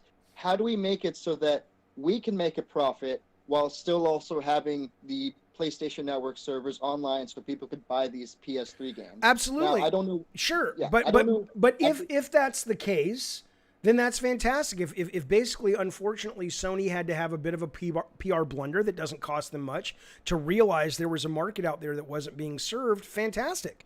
But I personally don't think that's what is going to happen. I think this is in the news. People are excited. They feel it's a victory. Haven't gone to the PS fucking 3 store in 8 years. And they're like, oh yeah, I remember that. And they go in and they browse a little bit. Maybe they buy a couple things for nostalgia. They play them for 10 minutes and go, okay, I'm going back to Call of Duty, Cold War Black Ops now. Thanks. Right. I think in a month from now, Sony's going to be right back looking at the same figures they always were and going, I think the reason Sony did this is because they are going to be going with emulation of PS3, Vita, all that shit as part of their counterpunch to Game Pass. I don't know if this is true, but this is what I think. But I think it's not here yet, and they didn't count on either they could make money in the meantime and or there was a shitstorm in terms of PR they didn't want. But we'll see. We'll see who's right. Let's hook back up in a couple of weeks and see if people are still buying. Christoph, thanks, sir. He's gone into the night. Okay, here's what I'm going to do. I don't do this usually in the show, but I'm going to do it right now because I want to keep going. I want to keep talking. We've been going for 90 minutes. I want to go get a Diet Coke. I want to take like 4 minutes and just clear my head, get reinvigorated. I got a bunch of super chats. I got a bunch of people on the line. We're going to come back and we're going to keep rolling into the late afternoon, but I need a bit of a tiny little goddamn break. It's going to be a single song and then we're back to it. I'm going to put a song called Bed of Wolves on. This is from one of our God of War members bands called Circus in the Sea. And I will be back at the end of this song. Here we go.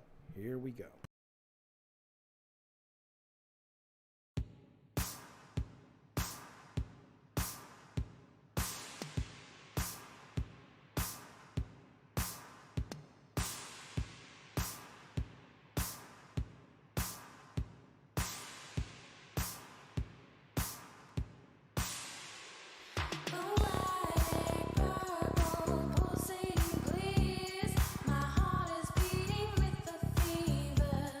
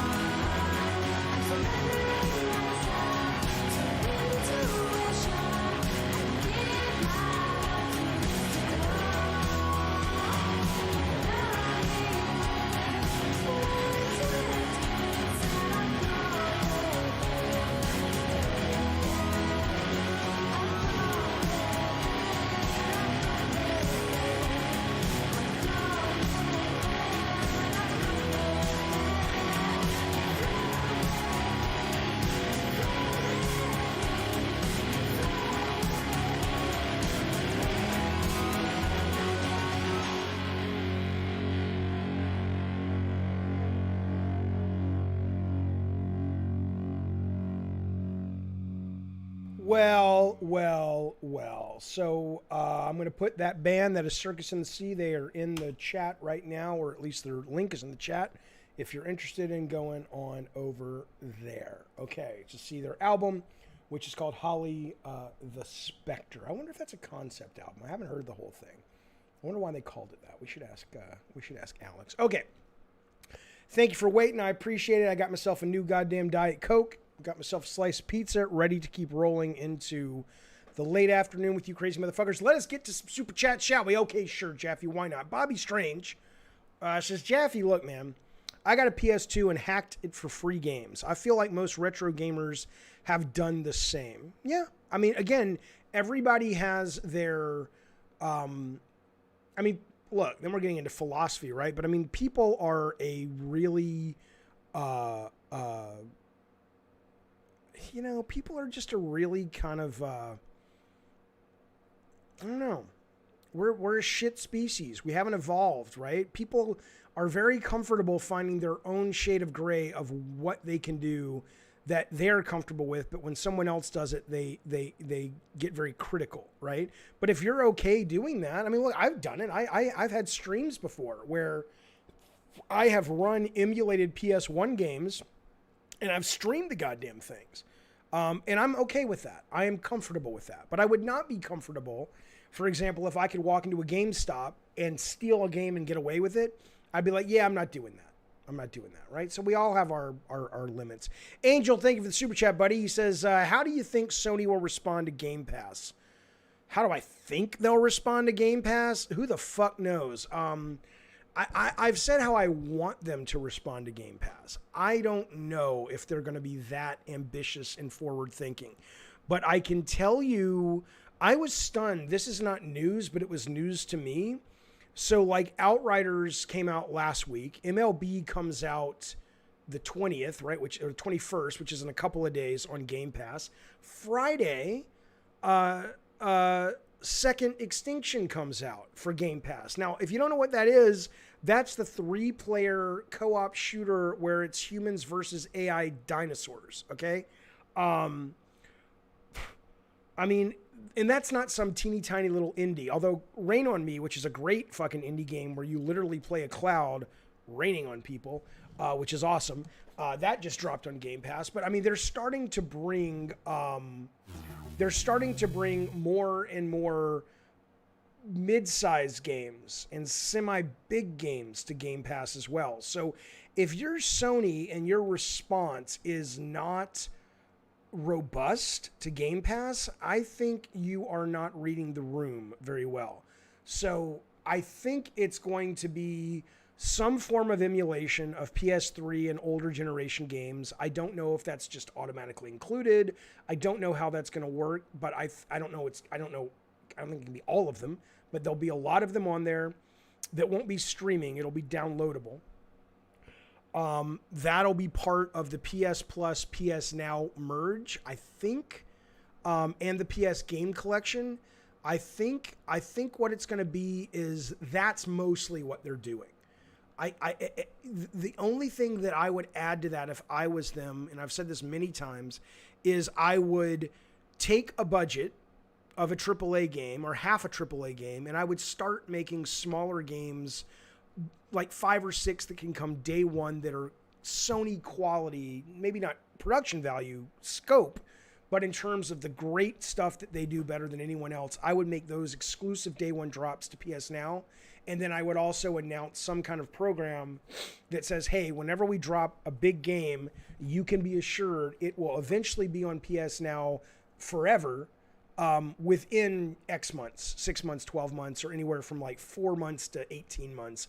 It'll eventually end up there. I think Sony is in a better position at the moment. They won't always be if all these studios work out, or at least half of them for Xbox. But they're in a position at the moment where their shit is better than the competition, and they can afford to have a less generous PS Now 2.0. But I don't think it can be that much less generous, because that goddamn Game Pass is continuing to be a big goddamn deal. Unknown Gamer, I see you in the chat. I understand. He says, imagine not owning your games. Okay. It's my dick's getting hard. It feels sexy. Anyway, I just did. What else? What else do you need me to do, sir? Look, I get it. There are people like you that want to own your games. There's literally a guy on my Twitter who just sent me a picture of all of his old PlayStations and setups and shit. And he's like, see, people still have their old systems. I know. I'm not saying you're like Bigfoot and you're just some kind of urban legend. I know there are people like you out there. I'm just saying that the majority of consumers are not that. And just like, if I've said this many times, if you are a record fan, a music fan, you know, you're not a moron, are you? You know that, yes, you like vinyl, you like buying physical, but you also know that you are in the minority of consumers. That's all I'm saying. I'm not saying that you should be shat upon and not given any credence. Hell, the guy who's coming on the show, Doug Thursday, he's built an entire business model around the fact that people love their physical games and they love really cool tchotchkes and special editions. You will be served, but you ain't going to get served the way you've been being served. That's just change, man. That's how it works. All right, let me get some more super chats. Combat-wise, by the way, yes, Mortal Kombat movie night, the day it drops. We got to figure out if we're doing the Mortal Kombat movie for members in the morning after it drops, or we're going to stay up till midnight, or we'll do both. I'll let you guys know, because it's coming out this week, I think. Angel said, no, not Angel, Michael Batty says, combat-wise, didn't you feel you buy a game and the control-wise sucked? Oh, no, you paid for that, sir. I don't know what you're saying. Combat-wise, didn't you feel you buy a game and the controls-wise sucked? I don't want you to spend any money. Just to clarify, I just don't know what the fuck you're talking about, sir. I'm so sorry. I can guess. I have bought games and I haven't liked them before, and usually I give those games back to the Steam store. I rarely buy $60 games day one unless I know the reviews are amazing. I will buy Returnal day one, even though I think it's overpriced from what I know of it, only because I love the developer and I want to stream it. But if it wasn't for that, I would wait a couple of weeks for me personally. What is your ultimate opinion of game preservation and access to past titles, says Brian. Thank you for the childhood memories of Twisted Metal and God of War. Thank you, sir, for being part of our community, and thank you so much for the generosity. I appreciate it. Okay, so I appreciate also that you've broken up your question, right? You've broken up your question and you've separated game preservation from access to past titles. They are very different things, okay? I personally don't even care that much about game preservation, but I know that I'm in the minority. I know a lot of people would be very upset, and there is great value to a lot of people of having that code somewhere in a museum, in several museums, on an internet museum, whatever it looks like. I think it would be not a good thing to not have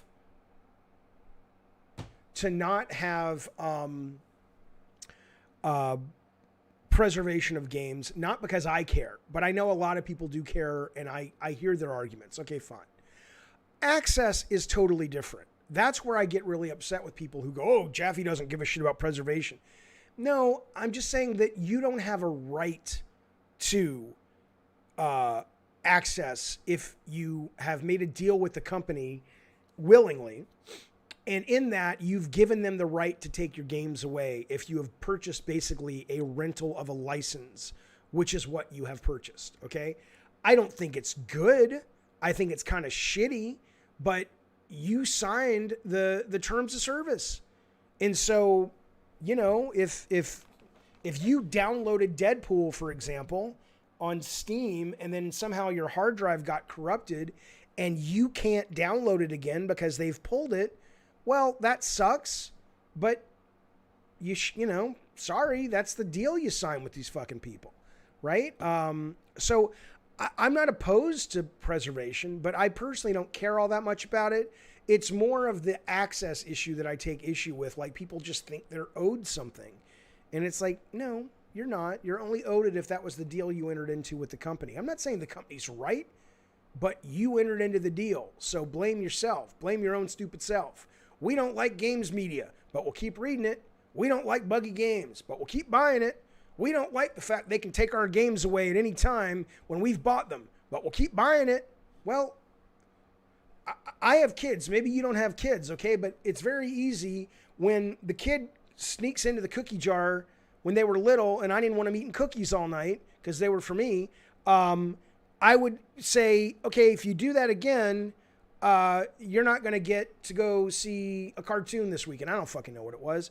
Well, it's about manipulating behavior based on the outcome you want. If the kid never snuck into the cookie jar, he's basically telling me he doesn't want the cookies. So I don't have to do anything. If you're the company and you're like, well, yeah, they say they don't like all these policies we put in place, but, you know, help, Crash Bandicoot 4, which was one of my favorite games last year, literally, if you printed it out, must have been 20 pages of legal bullshit. I hated it. I made a video about it, but guess what? I still clicked it anyway. Because I wanted to play the game. So, you know, don't come at me with that shit unless you change your goddamn behavior. Joe, thank you for the super chat, buddy. He doesn't say anything, but he dropped super chat. I appreciate it, man. Brian Dips, I think we did that. Yes, we did that one. We got a new one that just came in from Rage. Good sir, Rage Mode. PS3 Vita Store, thank you, sir. Going down reminded me of when Hostess stopped making Twinkies a few years back. People lost their shit. I agree that in due time, the stores will go back to the way they were. I love you, Jaffe. I love you too, Rage. Thank you so much. Very generous, buddy. I will tell you, the only thing I can say about Twinkies is I grew up in Alabama, and Spider-Man in the comics advertised Twinkies. And I wanted Twinkies so bad, but we couldn't get them in Alabama. Maybe because the white filling was on the inside, and a lot of people in Alabama were racist, and they're like, we're only going to sell it if the white's on the outside, loud and proud. I don't know why. But you couldn't get a Twinkie in Alabama to save your life. But that's nothing to do with what you're saying. That's just my Twinkie story. When I finally got them, I'm like, this is a terrible little snack here. I don't want to eat that shit. But Lost says, use games as just piracy with extra steps to devs. I mean, sure, but that's why everything's gone digital. You know, companies, I was there, man. I was there. It was the PS3 era. It was when everybody was complaining about, remember Sony sold you guys the, what did they call them? Did they call them Game Passes? The fucking thing you had to enter a code to play online. Remember that? And I remember sitting with marketing. We were in Vegas at a GameStop meeting of all their executives that came out to see all the wares of the new companies. It was like an E3 just for GameStop. And the executive said, dude, don't even worry about it. I know gamers say they hate this, but this is a stopgap because next gen, we're all going digital. Or we're going to push digital. And they did. Online Pass. There you go, Graham. Thank you, sir. Because ultimately, they were losing money. And that's, you know, they went to GameStop, I think, and said, hey, can we make a deal where you guys cut us in? And GameStop said, we don't have to do that. And Sony, I guess, or whoever had this conversation, the ESA or whoever said, no, you're right. Legally, you don't have to do that. But if you don't, these guys are going to accelerate their digital rollout. Fuck you, we're awesome, blah, blah, blah. Fine. And now look where they are. And look, last year, digital games are the majority of sales now. It's not physical games. So, you know, you reap what you fucking sow. All right, I'm bringing in some people to talk live with the microphone. This is my good sir, his dudeness, who wants to say something about something. Duty. You get it? Because, dude, you're on. What's up, pal? Go. Dudeness. Okay, I'll put you back in the waiting room if you don't speak after 5 seconds. Hello. There you go. What's Sorry. up? Yep, go. Okay. Don't care. Go. Hi. Yeah. Okay. I'm a video game artist, Okay. and I wanted to hear from you tips on how to get into the industry in this day and age without becoming a cog in some machine where you just repeat the same boring task again and again. Well, okay. Okay, answer me a couple of quick questions. What do you want to do as an artist in the game industry? Like, what is your dream creation job? Like, what does that look like to you? My dream creation job. Like, I want to be. I want to come up with concepts, not per se as just a concept artist in 2D, but just 3D concept artist. So you want to contribute to the way the characters in the world looks, and you want to be one of the creators behind the characters? Not so much for characters, but more like vehicle design or robots and stuff like that. Okay. But yeah, I want to mostly work on the But actual concept. you and not want just you want to replicate. creatively express yourself through your art in the games, correct? Yes, yes, yes. Go indie. Find a group of people. Go work at a company that makes games for companies like Devolver or New Blood or, even mobile, smaller games, man. Because Right. the number of jobs available today on those big games where you are having that seat at the table those jobs are getting smaller and smaller. And I found out yesterday from some people, this person said this to me. This is a woman who currently works at a Sony studio. And she said to me, she says, dude, you would not believe how much more design by committee it's getting around here. Because as the budgets go up, the more chefs come in that say, I need to look at that stew that you're mixing there. Whether it's marketing, PR, sales, green light committees. So the days of an art director, I mean, we made this game at Sony called Kinetica, right? Which I thought was incredibly stupid. I was the creative director there, but I was busy on Twisted Metal Black. And so when it was greenlit, it was literally more like a Midway arcade title. It was like BMX bikes and Akira street bikes racing up hotel buildings, going into hallways, jumping off the bed of people's, honeymoon suite and leaping onto a rooftop. And then the racetrack went straight down the building into sewers and all this shit. By the time we got back, because this is how free it was back in the day, one artist who was a brilliant artist had come up with what we affectionately termed ass bikes, which was basically this incredibly esoteric, really cool, but incredibly not commercial concept, right? Well, those days are over where an artist can come in and really influence in a meaningful way, unless they're part of a cabal of voices. So if that's your goal, or you happen to be politically and astute and talented enough to get one of those lesser and lesser frequent seats at the table, I would take your creativity and I would go work on things where you really have a place to express your voice. Yeah.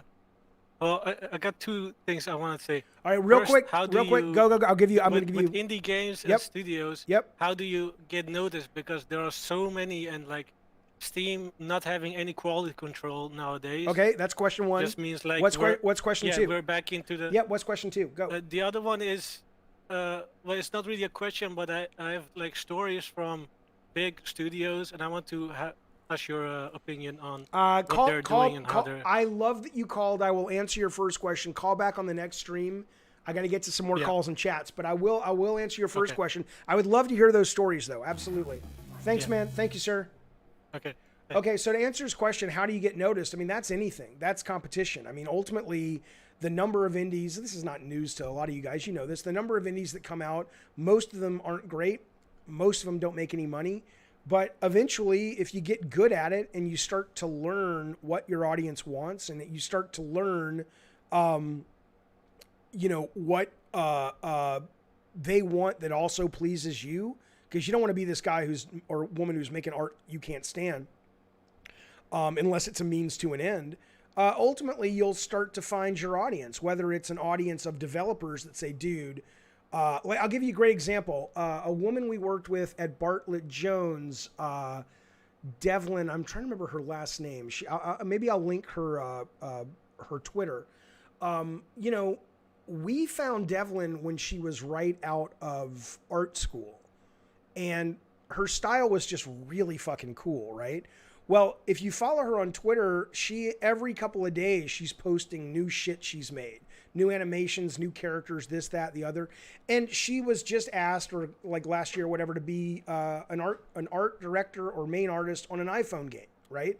It doesn't mean that that's your path. It just means that make shit, put it out there, work with teams, do shit hopefully not for free unless everyone's doing it for free and it's like, hey, let's make a level for free and then try to kickstart it. But I think if you're an artist because you want to express yourself, whether that's design or programming or art, physical art, visual art. And I just think at this point, why you would go into a big video game company if you want to make games, that don't make a lot of goddamn sense to me. But I could be in the minority. Does Sony go after devs who auction off dev kits, says Robbie? I don't know. Probably not. I mean, unless you're doing it like on eBay and you're making your, I mean, I've seen some crazy shit auctioned off on eBay. I've seen some fucking code that was auctioned off recently from, I forget which game it was. Might have been a Twisted Metal gold copy of Twisted Metal PS3. And I was like, Jesus Christ, Sony's going to allow that? But, I think I don't really know. I don't know what the official word is. I don't want to steer you in any direction. But what I'll tell you is I don't think unless it really gets to the level of they go, okay, this is hurting our business either literally, financially, or at a PR level, I don't think they care. But I'm just guessing. I don't know that. I mean, they care, but they don't care enough to do anything. Din says, thank you, sir. He says, Jaffe, thanks for the content. It's like a breath of fresh air in the world of corporate media. Question. I appreciate that, buddy. What game franchise would you like to work on? Any old, new, long forgotten, or you already...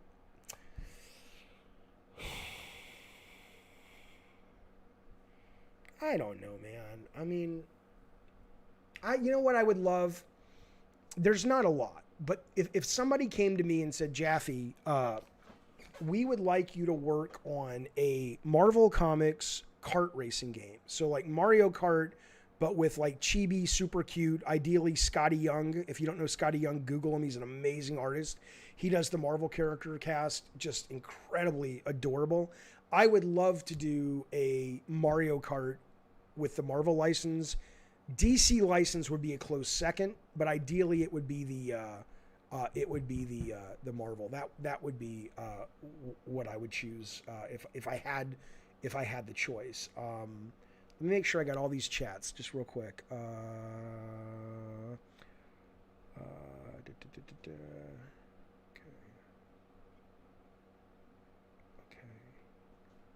I think I did I think, Reggie, I gave you your We Are Living in the Childification of America, which you're right. And Hogwash says if you want to get noticed, just draw something good. Leave it to Hogwash to kind of cut through the horse shit and just be like, this is what you got to do. Okay, let me bring in, this is Fat Boo. Fat Boo, hello. I have decided for the rest of this call, we will do it in British accents. Go. Hello, Fat Boo. We're going to do the whole call in British accents. That's quite lovely. Yes, what would you like to talk about? Let me get off from the loo for a moment. Hold on. Yeah, oh, God. God. Are you on the toilet? Are you taking a shit through your bumhole? It's quite fiery right now. Oh, God, that's nasty. All right, and British talking is done. Go. What do you want to talk about? All right. So, I was really happy you're just being real and candid about a lot of gamers and, really misinformed or just so quick and upright. I really feel like a lot of individuals that are like always coming at former game directors hard they rely too much on their own intuition and lack any sense of objectivity. You know what I mean? Like in any sense of the business of business. They seem to get confused by, if I don't like it, it must be bad for everybody else. And it's like, I think it goes beyond that. I think it's more like, whatever I see, whatever I think, whatever I feel is 100% right, and I trust my intuition, and that's it. And every corporation, every representative, no matter who they are, no matter if they have a good resume or just really honest, good individuals, they are wrong. I am right. And it's really infuriating. Yeah. When the news broke out about the game director, the co-director of Days Gone, my YouTube feed was like lit up with like other YouTube user channels interviewing, and not interviewing, but like kind of like a summary. And I was really shocked at how many like misinterpreted one small quote from your interview. And I'm like, well, did they watch the stream? Did they really see a lot of different things and hear the whole, discussion and things like that? And it was really like, that's really absurd how like you just misconstrue. And it really goes back to your point about like PR and the media and things like that. And I for one, I really support developers. I'm the one that's like, I tell my friends, I'm like, if you guys really love the game, buy it at launch, regardless if there's any bugs. Try to purchase the digital deluxe edition. Like with God, that's just me Yeah, personally, but I I understand. appreciate that. Yeah. I don't agree with Mm. that, but I absolutely Of appreciate that course. position. I think it's impossible to know if you love a game until you play it. And Absolutely. and I don't Yeah. think it's the gamer's job to support the developer. I think it's the gamer's job to get the best deal he can for the most fun that he or she wants. I don't think. Absolutely agree. Yeah. Yeah. But I will agree with you that there's there's a difference between going, hey, I'm going to wait till the game's on sale, and a lot of it is because the games go on sale really quick. Why would you not? But I'm going to wait till the game to go on sale. I can not only support that, I can respect that. I'm going to wait for it to come to Game Pass. I'm going to wait to rent it on GameFly because I either don't want to spend the money or I don't have the money. I think that's totally fine. And here's the kicker. But what's It's not awesome- fine it's though is awesome when that- the my bad. people go around and say, "Oh, I'm going to pirate it. I'm going to torrent it." That I think is the essence of what John Garvin was talking Ugh. about. He wasn't suggesting. I mean, he was, but I think it was in a grander context. He wasn't talking about you guys are assholes. You want Days Gone 2, and you didn't buy it day one with all the bugs, so it's your fault. That's how people painted him. And I'm like, if you would have listened to 10 minutes of that interview, you would know that that is not John Garvin. He is a loudmouth motherfucker just like I am. He is opinionated. He is passionate, but he is not a dick. That is a dick thing to say. And I think if you just lift that, which a lot of people are, I think that's unfortunate, but it's reflective of how a lot of, I'm just going to say gamers because that's what we're talking about, but I imagine It's it goes just so beyond that. corrosive, man. Yeah. It makes me wonder what the future 10 years of gaming is going to be like Why as do a you business, think they're as a like model. that? Why do Yeah. you think gamers are like that? Let's just take gamers. I It may think, apply to people, I remember but- watching some sports program. It's called Inside the NBA. And I feel like one commenter, I'm sorry if this kind of segues a bit, but basically, just to get it straight to the point, I think in today's generation, today's world, it's more like, what have you done for me now kind of mentality. In terms And- of what? In terms of how people respond to companies? I think that's totally fair. Yeah, you're right. You're right. It's fair. I'm trying to grasp I mean, your question, but I think the reason why a lot of gamers are just so angry, it's like, they want to feel that the game is 100% perfect, it's 100% complete, that there's no flaws, there's no issue. I paid for this amount, and what I say matters, and so on and so forth. Boohoo, Right. capitalism, corporation. So it just stems from a lot of like frustration and anger Yeah. on just questioning. And yeah. again, if these guys, and I don't think it matters. I don't think anybody's losing any money off gamer anger for the most part. But if these guys cared to just put themselves in the shoes of video game creators just for a little bit, Yes. not to say it's their job, but from an exercise of their own interest, right? How do you want the gamers to win? That's how we started this stream. We want it to be huge. We want it to be 50 hours, 80 hours long. Cool. But we don't want you to crunch.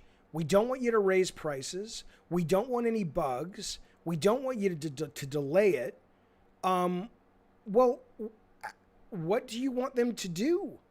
Right? We'll pirate it if we don't like it. We don't want to support subscription services that let us try it out before we buy it and then give us a nice discount if we like it. That is where I start to go, okay, you would like that. I would also like when I walk to the gates of Disneyland for them to go, David Jaffe, come on in with your whole friends and family for free, and you can jump to the front of every. I would love that. But I think that's not really, an I option think for it me. comes down. I think straight up, man, just listening to you like have that beautiful voice of yours the past 30 seconds. These motherfuckers think- are saying you got the I think- voice. They're saying they want ASMR from you. You're not the first one to say that, man. Thank you, but I didn't. I think a Let's lot of- be clear. I'm not flirting with you. I'm not going to fuck you. No, that is what. no, that is what no, the I'm chat. I'm erect. It's all right. The I chat. got cold water. The Anyway, chat look. is saying that they say you are a future therapist and you should do ASMR. But anyway, go ahead. Yeah, Enough about you. What do you you're think not about the first me? one, Yeah. but yeah, pretty much, man. I think a lot of gamers nowadays feel like they want to be included in the process, and they want their money to mean something. And I think Sure. it really comes down to like having an open platform of transparency, which I get. I understand.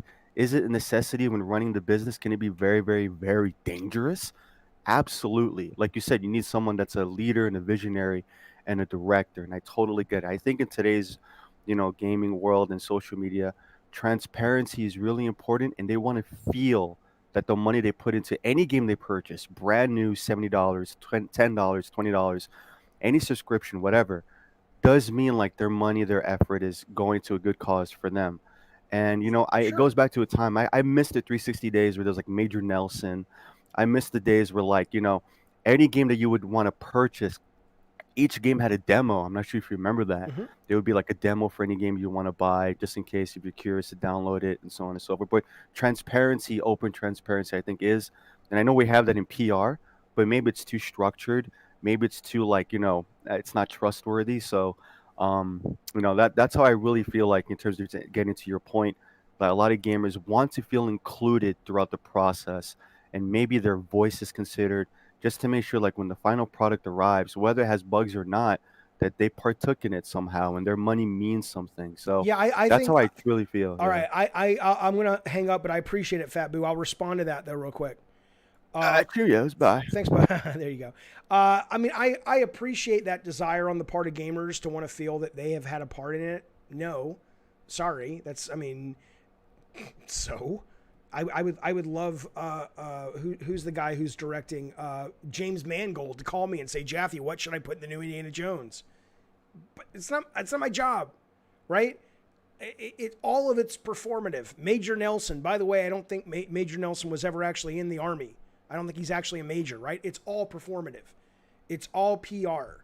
It is all meant to make, and maybe that's where they reap what they sow. They give you this illusion that you're part of the process. You're on the inside. But come on, you're not really on the inside. Do you think Neil Druckmann's really going to go out there on the stage and go, I mean, no, some people do. I did.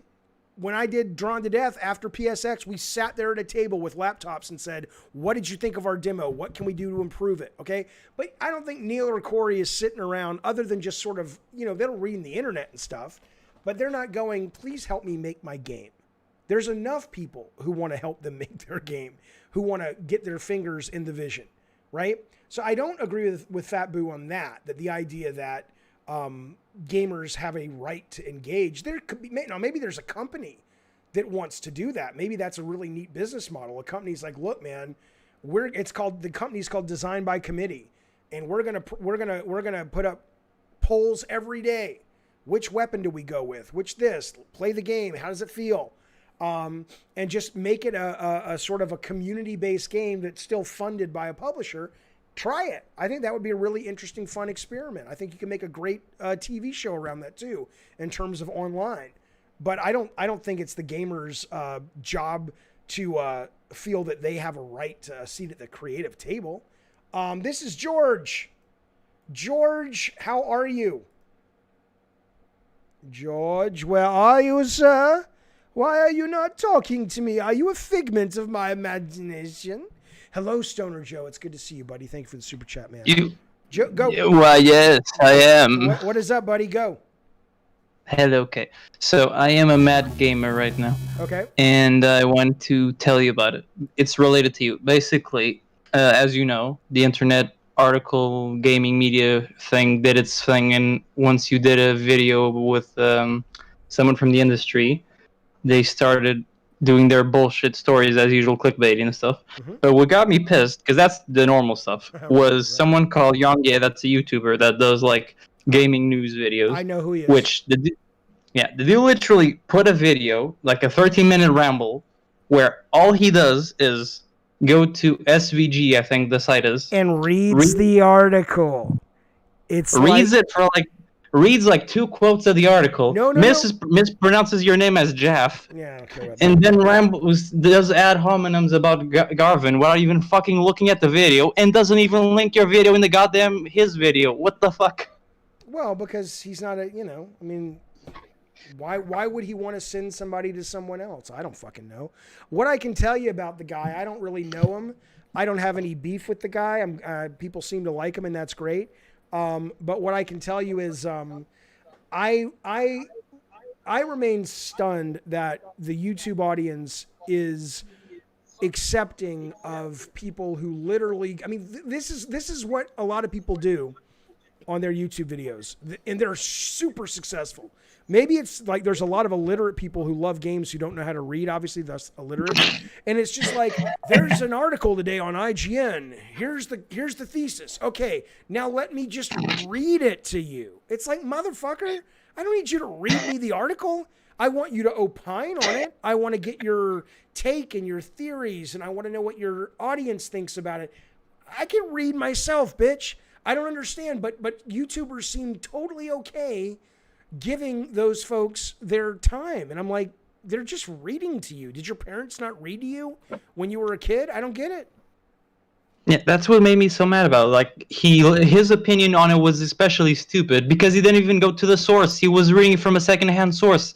Yeah. The source is from a video. Just go on the video, watch it, even like skip it for whatever you want to get to the point, and at least watch that before forming an opinion. He was already forming an opinion on Garvin without watching the video when the video is easily accessible. Yeah, but if you go to that video right now, I mean, again, it goes back to be perfectly fair, if I'm going to defend the video game companies and say they only do what the customer tells them, I'm not going to do it. Are you on your computer? Can you go to that video right now and tell me how many views it has? My guess is it's probably got 70,000 views and it just went up yesterday.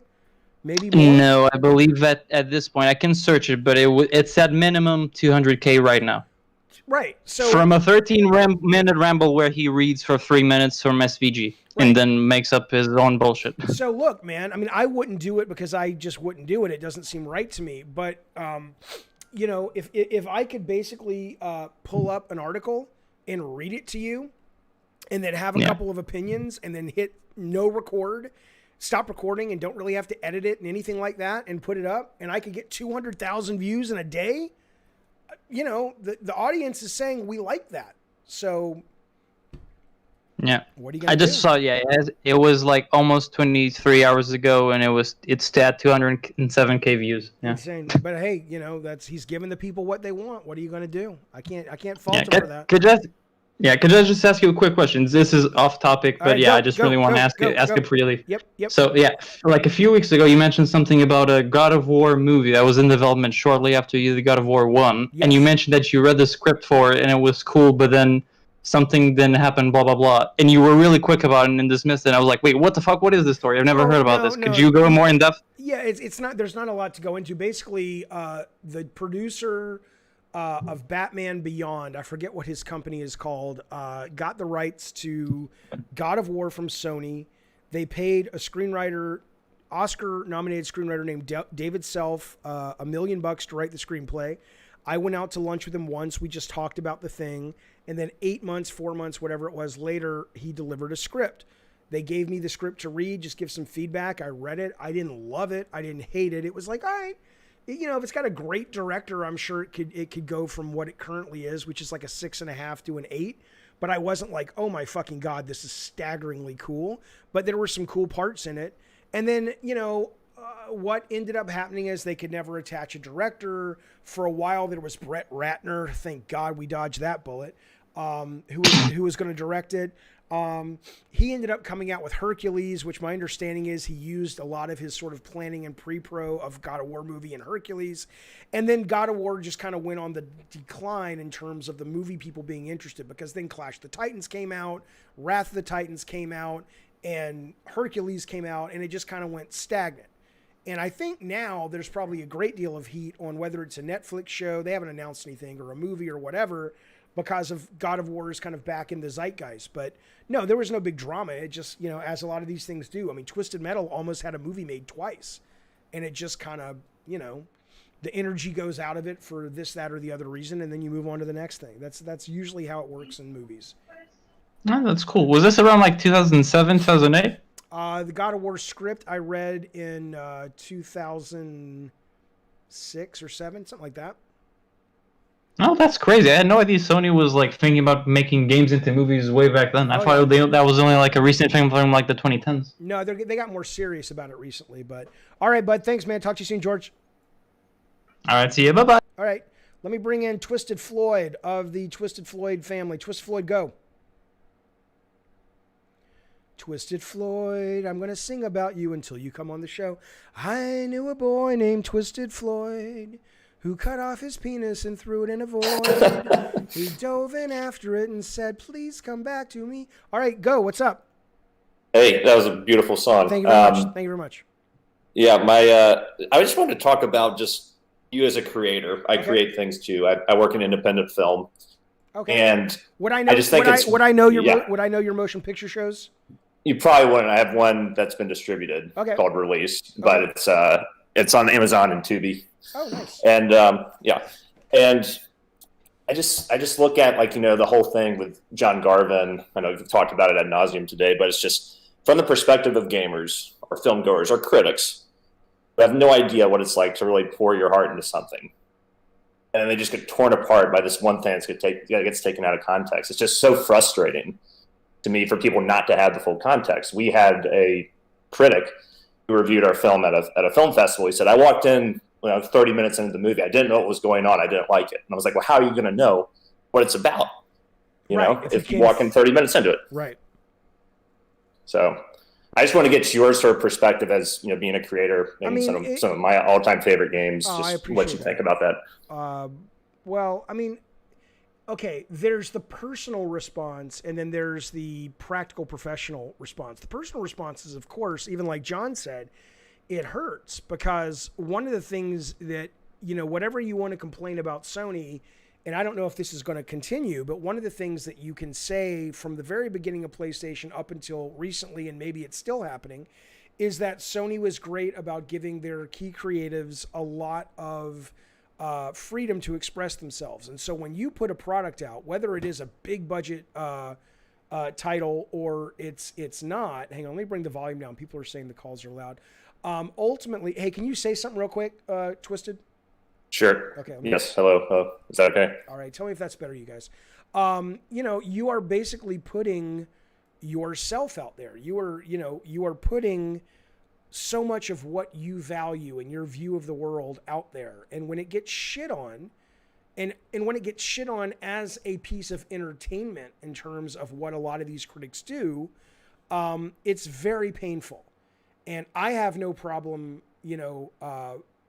I have no problem punching back when it comes to that. I'm totally okay, doing that. But ultimately, though, that's just a personal way I respond to things. A lot of people are better at sort of letting it roll off their back. I'm not, But professionally speaking, you do release it into the world. I think a critic who basically is shitty, who only watched it for 30 minutes or came in 30 minutes late, I think that's a very different thing. And I would imagine that's kind of a rare case, but maybe it's not in film. But ultimately, when you put something out there,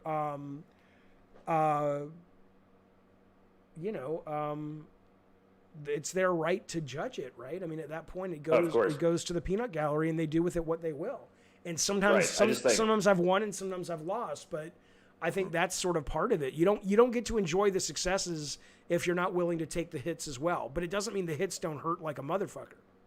Right, and I think it's totally fair. Like if someone doesn't like something and they see it or they play it or whatever, and so be it. It's just lack of context just drives me crazy. This screams that right now. Well, I will with John, sure. And what I will tell you is, like with Drawn to Death, for example, the critics that reviewed Drawn to Death, like one was over at Polygon, which, they gave it a 5 out of 10, which is obviously, terrible. At best, it's average, depending on how the site uses the score. Is my volume still low? My volume is still low. I'm screaming into the goddamn microphone. What? Hang on. I don't know. You sound good to me. Thank you so much. I appreciate that. Don't flirt with me. Come on now. You got a lot of flirting today. I know, and they're all guys. I want a lady to call me and say, "What's up, sugar?" I don't know why I would want someone. Anyway, the point is, Drawn to Death. When Polygon reviewed Drawn to Death, I was like, I didn't like they gave my game or our game not a great review, but I understood their points. They were talking about the gameplay and it's floaty and this and that, and it's really cool but those ifs don't come along all that often, blah, blah, blah. I was like, okay, you know what? That's fair. Some of it I can even learn from to get better. But it's the critics that took it and personally savaged it because they didn't understand. Like, I literally was talking on this stream. Who was I talking to recently? A critic said, oh, I know. It was, I want to say it was on Shane Satterfeld's podcast. And he said, the game was so vulgar in terms of language that my wife has heard a bunch of fucks and shits in her life, but when she heard it coming from your game, it was so consistent that she's like, could you please put headphones on? Right? So but the idea that means it's a bad game. The whole point was it was from an angsty 14-year-old kid's point of view. And that doesn't mean because they didn't get what I wanted them to get, they were wrong. But they were so mean about it that it was just like, wow. It's like, I think that's the issue I have, is when they turn their hate and their bile into the actual show itself versus just going, okay, let me tell you about this game. Kind of found it offensive. I didn't understand it. Jaffe, always straddles that line. Maybe he went too far this time, but it wasn't that. It was just people being really dickish. So it's a tough thing to handle when you're the one creative and putting your heart and soul into it. I get it, buddy. Good luck with your movies. What is the genre of your movie that's on Tubi? Because we watch movies on Tubi with movie night sometimes, but only if they're kind of genre movies. Is it horror or anything? It's not. It's a drama. It's very much a. It's God, a slow burn drama. Twisted. It wouldn't be a good movie night. Twisted Floyd. Come on, baby. Put some blood in there. Put a monster in there. You got yourself a deal. I'm working on a web series. Actually, we shoot this week, and if we get distribution, I think it'd be great for movie night. I don't even need distribution. If it's a genre movie or a genre web thing, I'll put it on. It'll be fun. Okay. All right, see you, man. Yeah. Thanks, bud. Yep, thank you. All right, this is a fella named Slayer Christ. My voice went up like Peter Brady and the. It doesn't matter. What up, Slayer? Hey, what's going on, David? How are you? I am great. How are you? Hold on. What are you doing? Are you fucking somebody? Let's go. No, I got you on, and there's a delay. So, okay. So two things.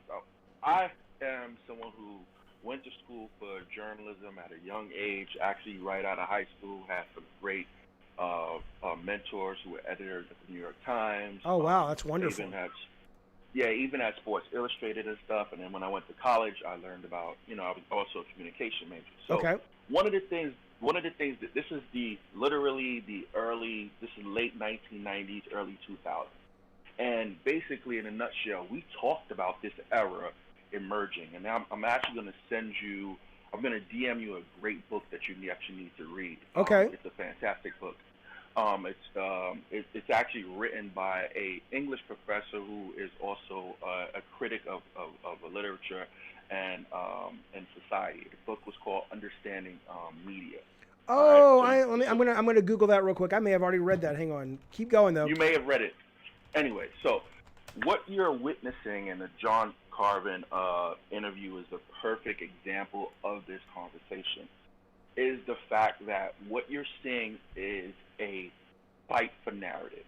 That is what the PR landscape of gaming and other media is at the moment. And it's PR, it's also allies of PR, it's also allies of communities, et cetera, all vying for their interpretation of what they see. It's not that these people did not watch your interview with John. They totally watched it. They just purposely took out the information that they wanted to write and control a narrative of. So the way you combat that is to continue to interview the John Carvers of the world, is to continue to talk about your perspective and to continue to build your community.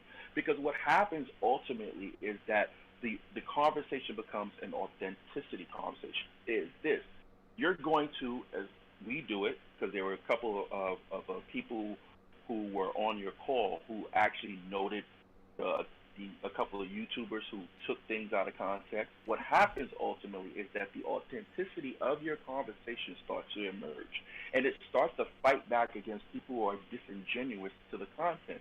So if you're taking things out of content and you're putting that on your media platform, and you're doing this on a constant basis, and there is someone out there whose content is the authentic originator of the conversation, people are going to go back and forth and say, that's not what he said.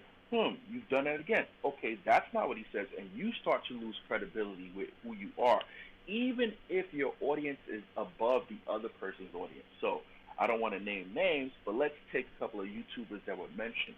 If this person continues to take what you said out of context, is reading a material from a website that's inauthentic, he's going to lose his value.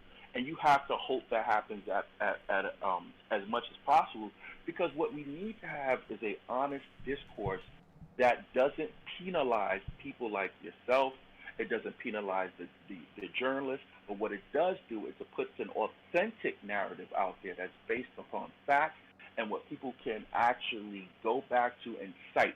That's how we get back to a space of real journalism. That's how we get back to a space of valued journalism, but that's also how we get back to a space as an audience where our opinions are respected.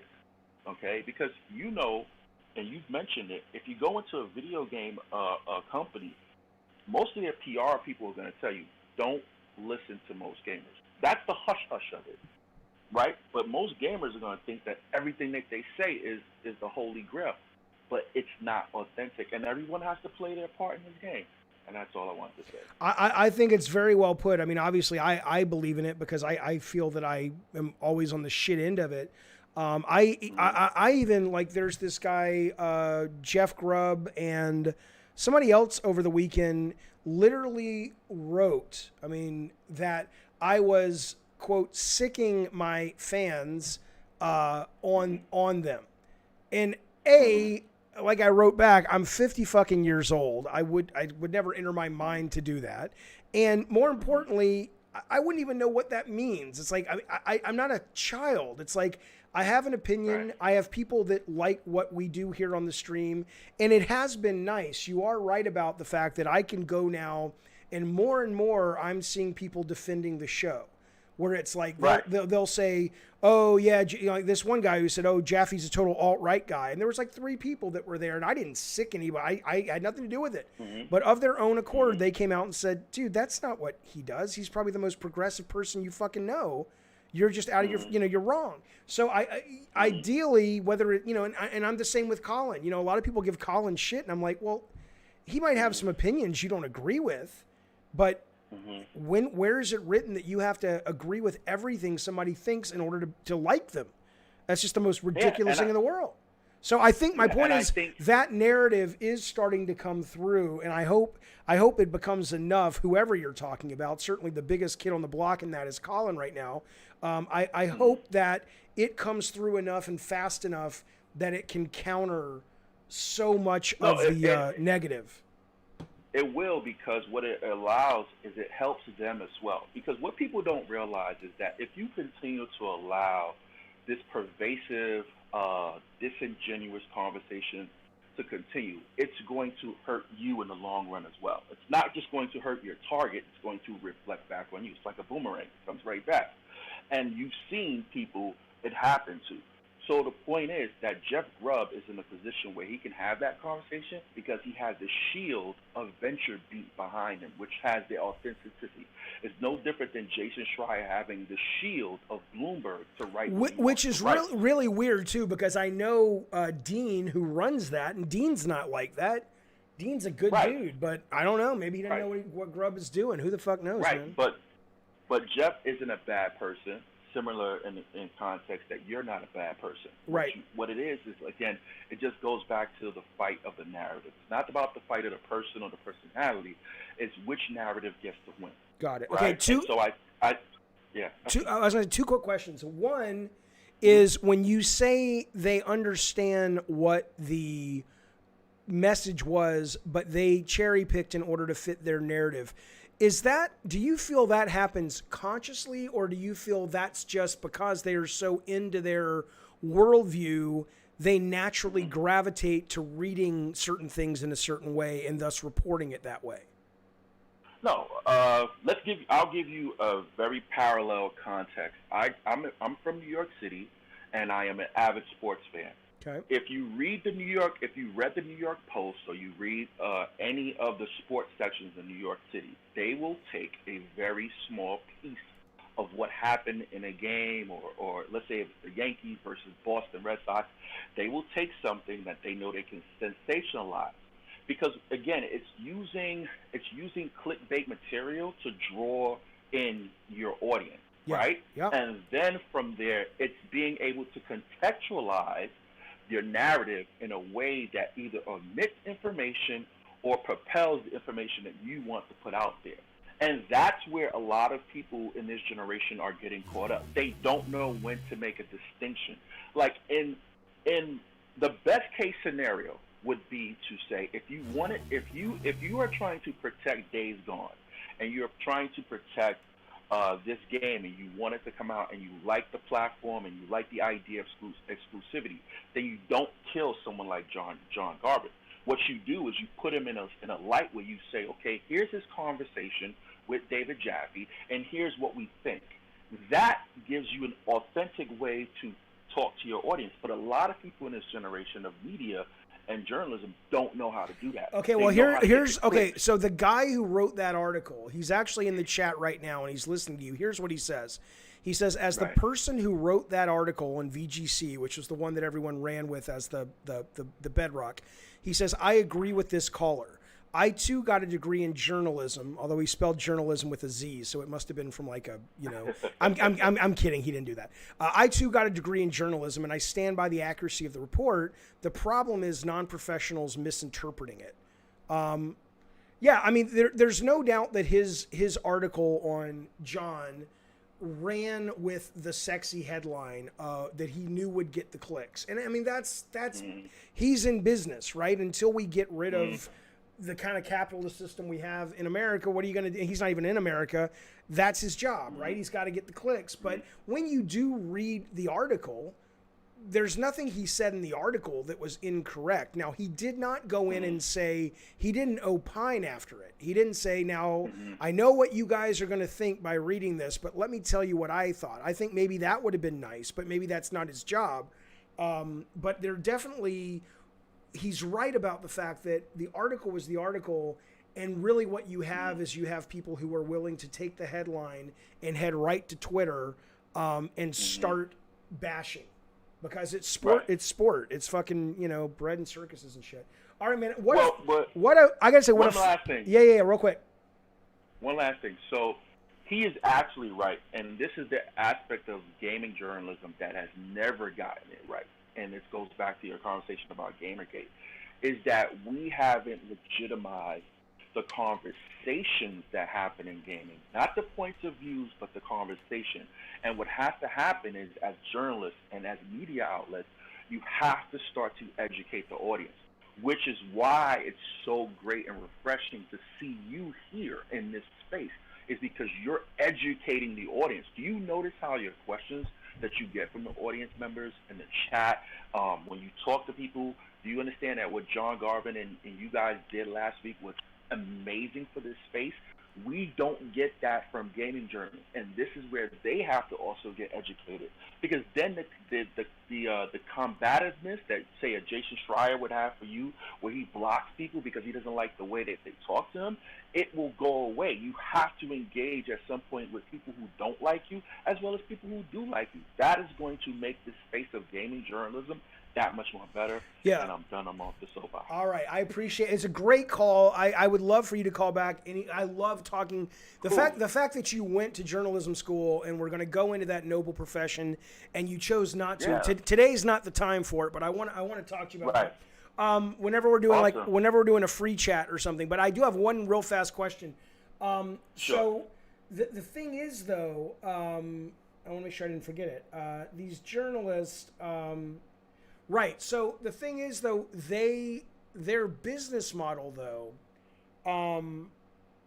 is one that says if they have the kind of conversations I have with John, right? I had the conversation I had with John because I don't give a fuck.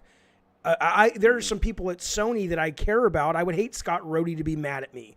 I would hate Connie Booth to be mad at me. Those people are wonderful, and they've been key in my career, and I have great admiration for them. But I don't give a fuck if Sony's like, if you do that, you're not getting your copy of Returnal, or we're gonna block your access to Herman Hulst when he comes into town. Like, fuck you. I don't give a fuck.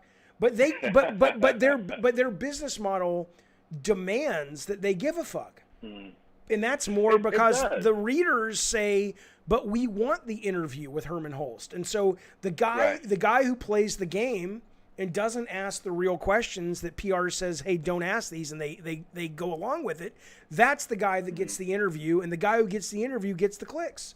So I understand their situation, but I want no part of it. Who the fuck?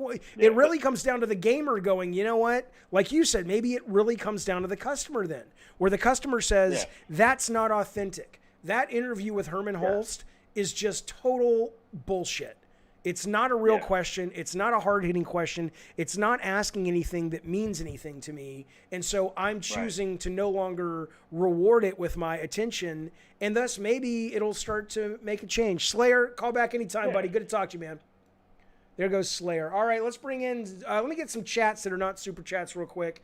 And thanks for the new subscribers, fellas. I really very much appreciate that. It's absolutely wonderful how nice you guys are treating the show. Thank you guys very, very much.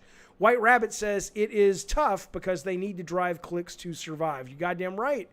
You goddamn right. But at the same time, the very nature of what they do and the way they do it harms the whole thing. But, you know, why do the min-max most hate you, says Wolfblood? Well, okay. I only have ever known about min-max. Yes, Phil Spencer did unblock me. I was so happy because I really am a fan of the guy. I'm a fan of the guy. I think he's a terrible manager, but I'm a fan of his. He's like, you know who else is a terrible manager? Steve Jobs. Well, now he's dead. He's terrible, really bad now. But back in the day, he was just a pain in the ass. But his vision as an executive was strong, and I love Phil Spencer for that. So I was very happy that he doesn't have me block anymore. But regardless, though, the min-max guys, the only time I've ever heard about the min-max guys is when people send me a link and say, look at these guys making fun of Jaffe. And I click it, and they talked about Twisted Metal, and they're, especially these two guys, the one with the beard and then the other guy, I don't think he's the main guy who leads it. And whenever my name comes up, it's just all these little smirks like, oh, don't give the game to Jaffe. Make a Twisted Metal, but not with Jaffe. And they're like, oh, exactly. Am I right, fellas? Exactly. And they did the same thing when Schreier is like, everything Jaffe does these days is a disaster. They're like, why do you think I hate him? Right? And people are like, Jaffe, no, they're good dudes. They're fucking good dudes, man. I'm like, okay, fantastic. But that's on them. If they really don't like me, then they're really bad at their jobs because they come across like dicks. Or if they do, have them come on the show, or I'll come on their show and let's just fucking talk about it. Let's go, hey, why do you guys don't like me? What is it? What did I do? I've never met you guys. What's the problem?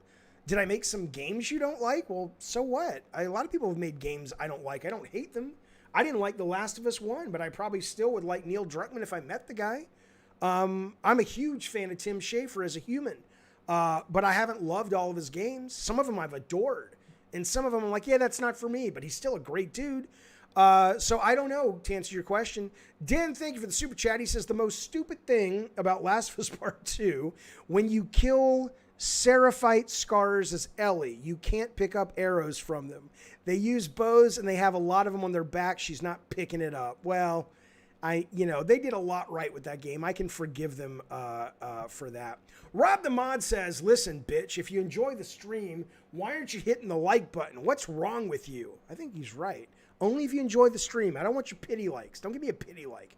You give me a like and you give me a subscribe and you click the notification bell, not personal notification, the notification bell. That's the only way it works consistently because you like being here. You like being here nestled within my nether regions of intellect, and you want to be with me and talk with me and discuss the world in a way that makes you feel moist. That's why you do it. My favorite movie based on Steve Jobs. Brian East, listen, as I go back more and more, like I love I love Aaron Sorkin. And I loved the Walter Isaacson book. And so I was very surprised that I didn't go apeshit over Steve Jobs, not the one with Ashton Kutcher. whatever did they call it, Jobs or whatever it was. But the more I watch it, the more I appreciate it. Like what I really wanted was I wanted a biopic, which is what the Ashton Kutcher one was. And that's what the Walter Isaacson book on Steve Jobs was. But that's not what we got, although it is, but it wasn't traditional. So ideally, I would love one on Steve Jobs, although his story's been told to death now, that was more like a biography and it was more high quality. I don't think the one with, what's his face, Kutcher was that high quality, but I did like that one as well. I'm a fan of what the guy's done. He sounds like a goddamn nightmare asshole, but I'm a fan of what he's done. So let me bring in Snips first. Snips, go baby, what's up? Snipperoonie, where did your mother and I go wrong? Let's go. Hey, how you doing, Jackie? I'm great. How are you? I'm a little starstruck. This is my first time calling. Oh, for fuck Pete's sake, dude! It's just me. Go. Well, yeah, but you made Twisted Metal and stuff. I made dude. Twisted Metal with a lot of people. It was a lot of people who brought their love and spit and polish. But whatever, for sure. whatever. Let's go. Go. Okay. So I noticed that the subject of this stream seems to be why are gamers always so mad? You're very perceptive, given the title of the stream is "Why is gamers so angry?" Yeah. Well, I wanted to make sure we agreed on the premise. So yeah, you know. My personal opinion on this, I tend to believe that. Well, I shouldn't say believe necessarily, but my experience has been games nowadays, especially compared to games from like late '90s even. I feel like a lot of heart is missing in games nowadays. Like you would agree with that, right? No, I would not agree with that. I would agree with that if all you play are AAA console games, sure. And even then, I wouldn't agree with it entirely. But certainly because I play all up and down the spectrum, there's a lot. You're seeing more indie games with heart and soul than ever. You know, you're seeing a lot of singular vision games that are indie games that really are about unique subjects and about people's personal lives. And it doesn't mean they're always good, but no, I don't think we have a lack of heart in the industry. I do think certainly if you're talking about Assassin's Creed Valhalla, if you're talking about Call of Duty Modern Warfare Black Ops 3, whatever the fuck it's called, sure, the third-party mainstream games are very cardboard intentionally because they're doing exactly what these fans are asking for. They're casting the widest net.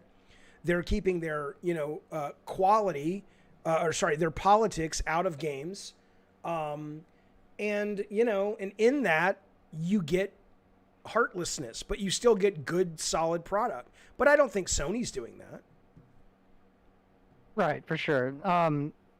My experience with it has generally been like with AAA games, I guess I should say. I am a PC gamer, so okay. I have a wide selection of games Yes. I could play, but I always find myself coming back to like big name games and stuff, and it's almost like a self-defeating thing for me because I'll load up like the new, like just for an example, like you said, the newest Assassin's Creed, and I'm just like, man, this like comparing this to like a AAA game back on like the PlayStation 1 or even perhaps a little later, I feel like there's a league of difference in terms of the amount of heart that's put into it, like even just the passion. Give me an example. I think that's nostalgia talking. Give me an example of a game on the NES and SNES that you felt had a lot of heart that you feel is missing in today's games. Can you think of one? Okay, so I can, but not from that particular console. Whatever. I'm old, but yeah, not that old. Okay. So, just trying to think of one game. Wow, I'm having a hard. I'm sorry, you put me on the spot. Are you thinking like PS1 era games? Yeah, like PS1, PS2. Okay, so PS1, PS2. So if you were to say a game like what, Eco or I don't know what had a lot of heart on the PS1, PS2. Earthbound, says Uncle Fuzznuts. No, we do not call it an SNES. I was a goddamn tester, Proto S. and we called it a SNES. That's what it's goddamn called. You tell him, Joffy. Yeah, but okay. Somebody says Final Fantasy VII had a lot of heart. Yeah, for sure, I would agree. Okay, with well, that. so what I'll tell you is it's the exact same thing. That makes all the sense in the world. It's almost like gamers don't have the ability to look at other medium and see what happens. Every time budgets go through the roof and it becomes more of a commodity, the heart usually goes out of it because you have to cast the widest net. There are times when creators come along, I think right now Kevin Feige is one of them, who is able to make big mainstream entertainment that still has heart. But more often than not, it's the Fast and the Furious, right? The Fast and the Furious is a lot of fun.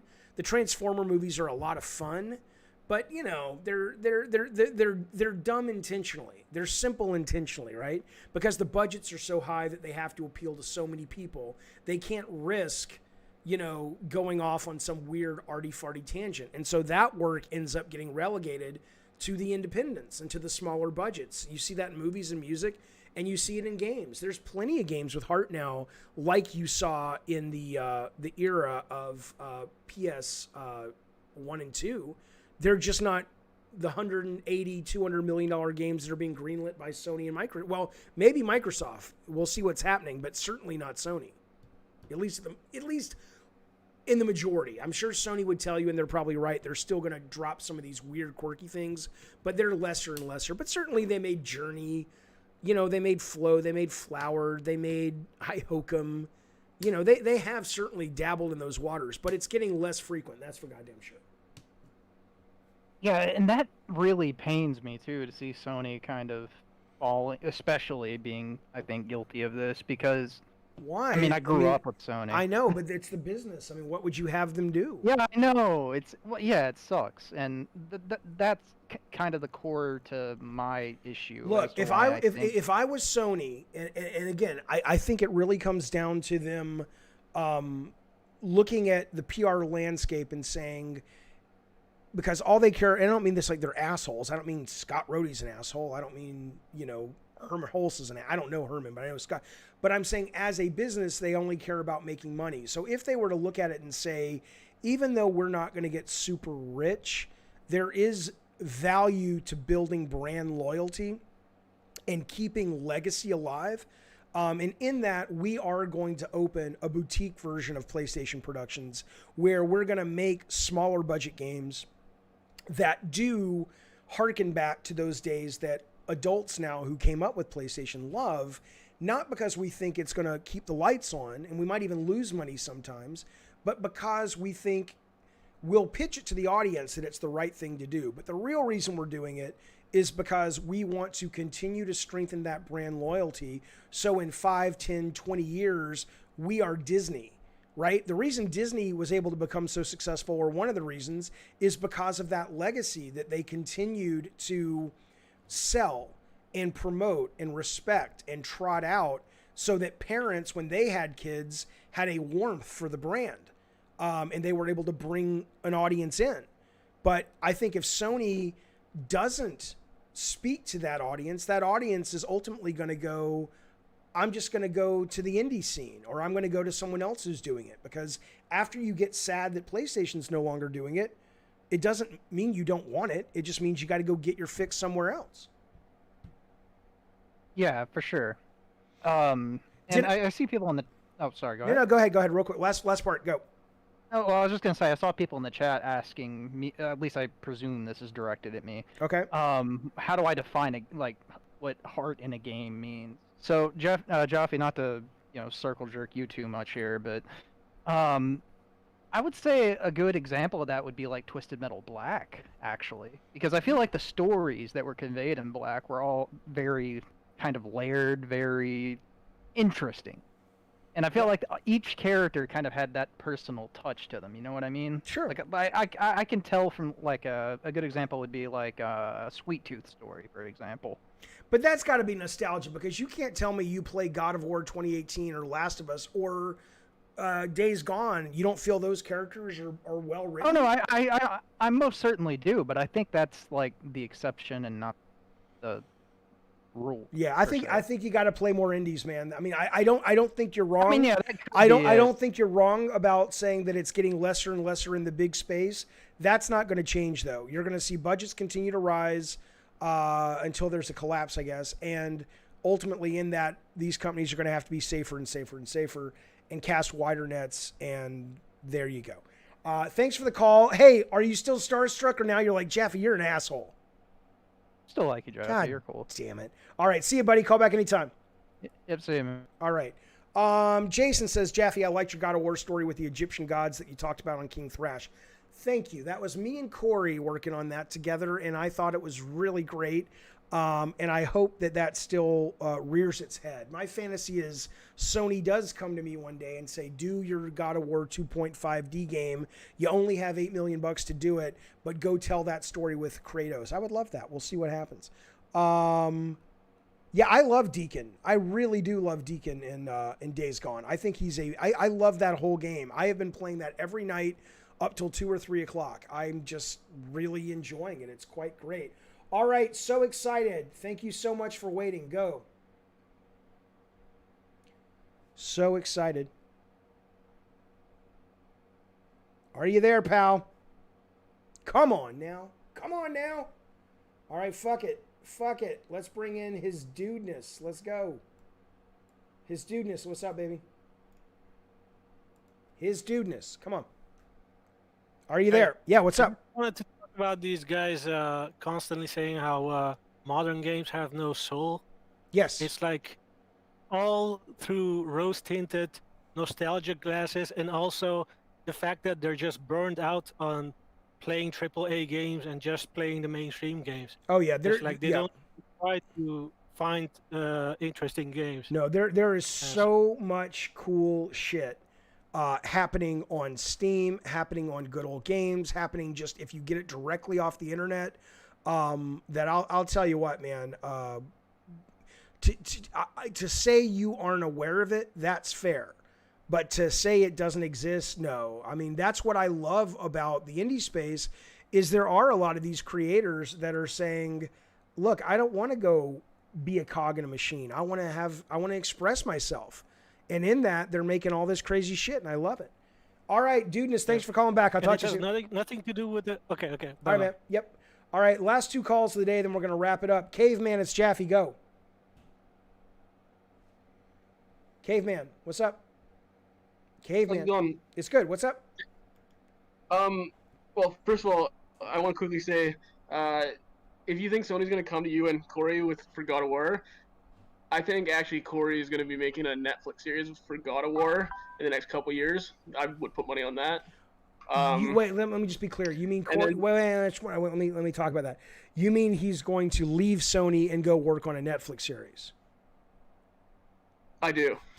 It wouldn't. I think eventually it would not surprise me. I think he's going to go into TV just for the freedom writing and got a VFX background. So I don't think you're wrong, and I think the more Sony does what they're doing out of necessity, the more they're going to push away really good creatives. If I woke up tomorrow and saw the news that Cory Barlog had left Sony, I would not be surprised.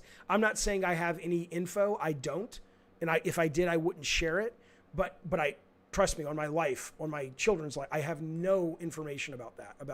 I'm just saying that if what I am hearing is accurate, which is it is becoming a lot more design by committee. If you're Cory Barlog, if they start to design your shit by committee, I would go, yeah, no, I have other options. You think I'm doing this? You know, I've already gotten the paycheck. Thanks very much. But no, go fuck yourselves. I could have. I don't think he would be that crude about it, but it would not surprise me.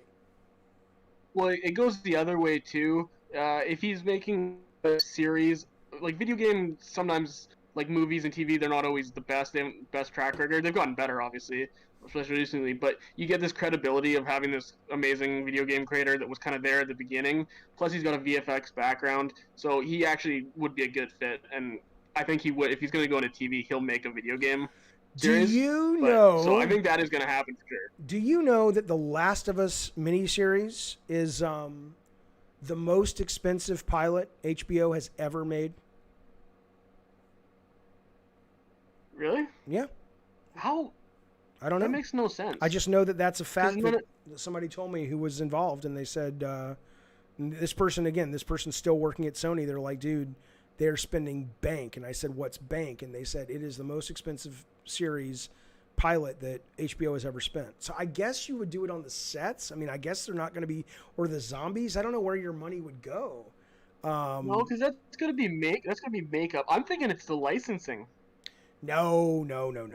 I don't think so. You don't think they're paying a huge chunk for that license? I'm not saying they're not paying anything, but I don't think HBO looks at the license of The Last of Us and says HBO has the cream of the crop, the pick of the litter of creatives. I don't think they would necessarily look at The Last of Us and go, we can't do that on our own. They'd be like, yeah, we'll just hire, if we really want to do a post-apocalyptic zombie thing, I think The Last of Us is great. The Last of Us 2 is really great, but I don't think it's so fresh and original that it merits, we need to pay shit tons for the license. It could be Pascal's paycheck. You're saying it's the length of the shoot, but I'm talking about the pilot. Cooper says it's the length of the shoot.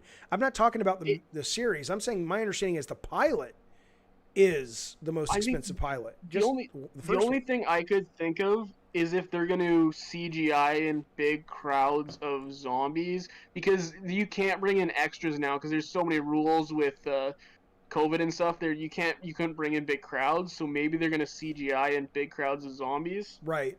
Interesting. Hang on a second. Ivan in the chat says Corey Balrog just said recently that he read the Furiosa script, which is the George Miller sequel to Fury Road, and said it was awesome. So he seemed, this is you just reading into it. He says, so he seems to be considering that kind of new job.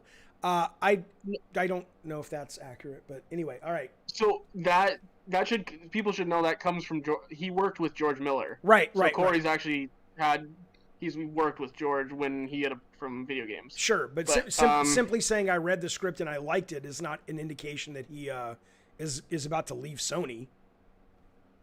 No, that's just a prior relationship. Right. Okay. But so the other thing I just wanted to quickly touch on, John Garvin, kind of talked about how, he wasn't allowed to have a kind of a presence on social media, blah, blah, and you've kind of touched on that too. Yeah. And I kind of want to just compare that to, like, the film industry where, a lot of these directors and sort of creators, like writer-directors, they get these sort of, like, they get sort of big, they get, like, a presence and, people like Tarantino and blah, blah, blah, and they can make whatever they want, essentially. They get sort of a brand. But Sony and really the video game industry in general doesn't allow that, and is that like a control thing or no?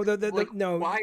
It's very simple. It's incredibly simple. It's because part of it's unions. I mean, in terms of speaking to the press, they can't unless you sign a really weird deal. You don't work. It's not like the old studio days. Tarantino doesn't work for.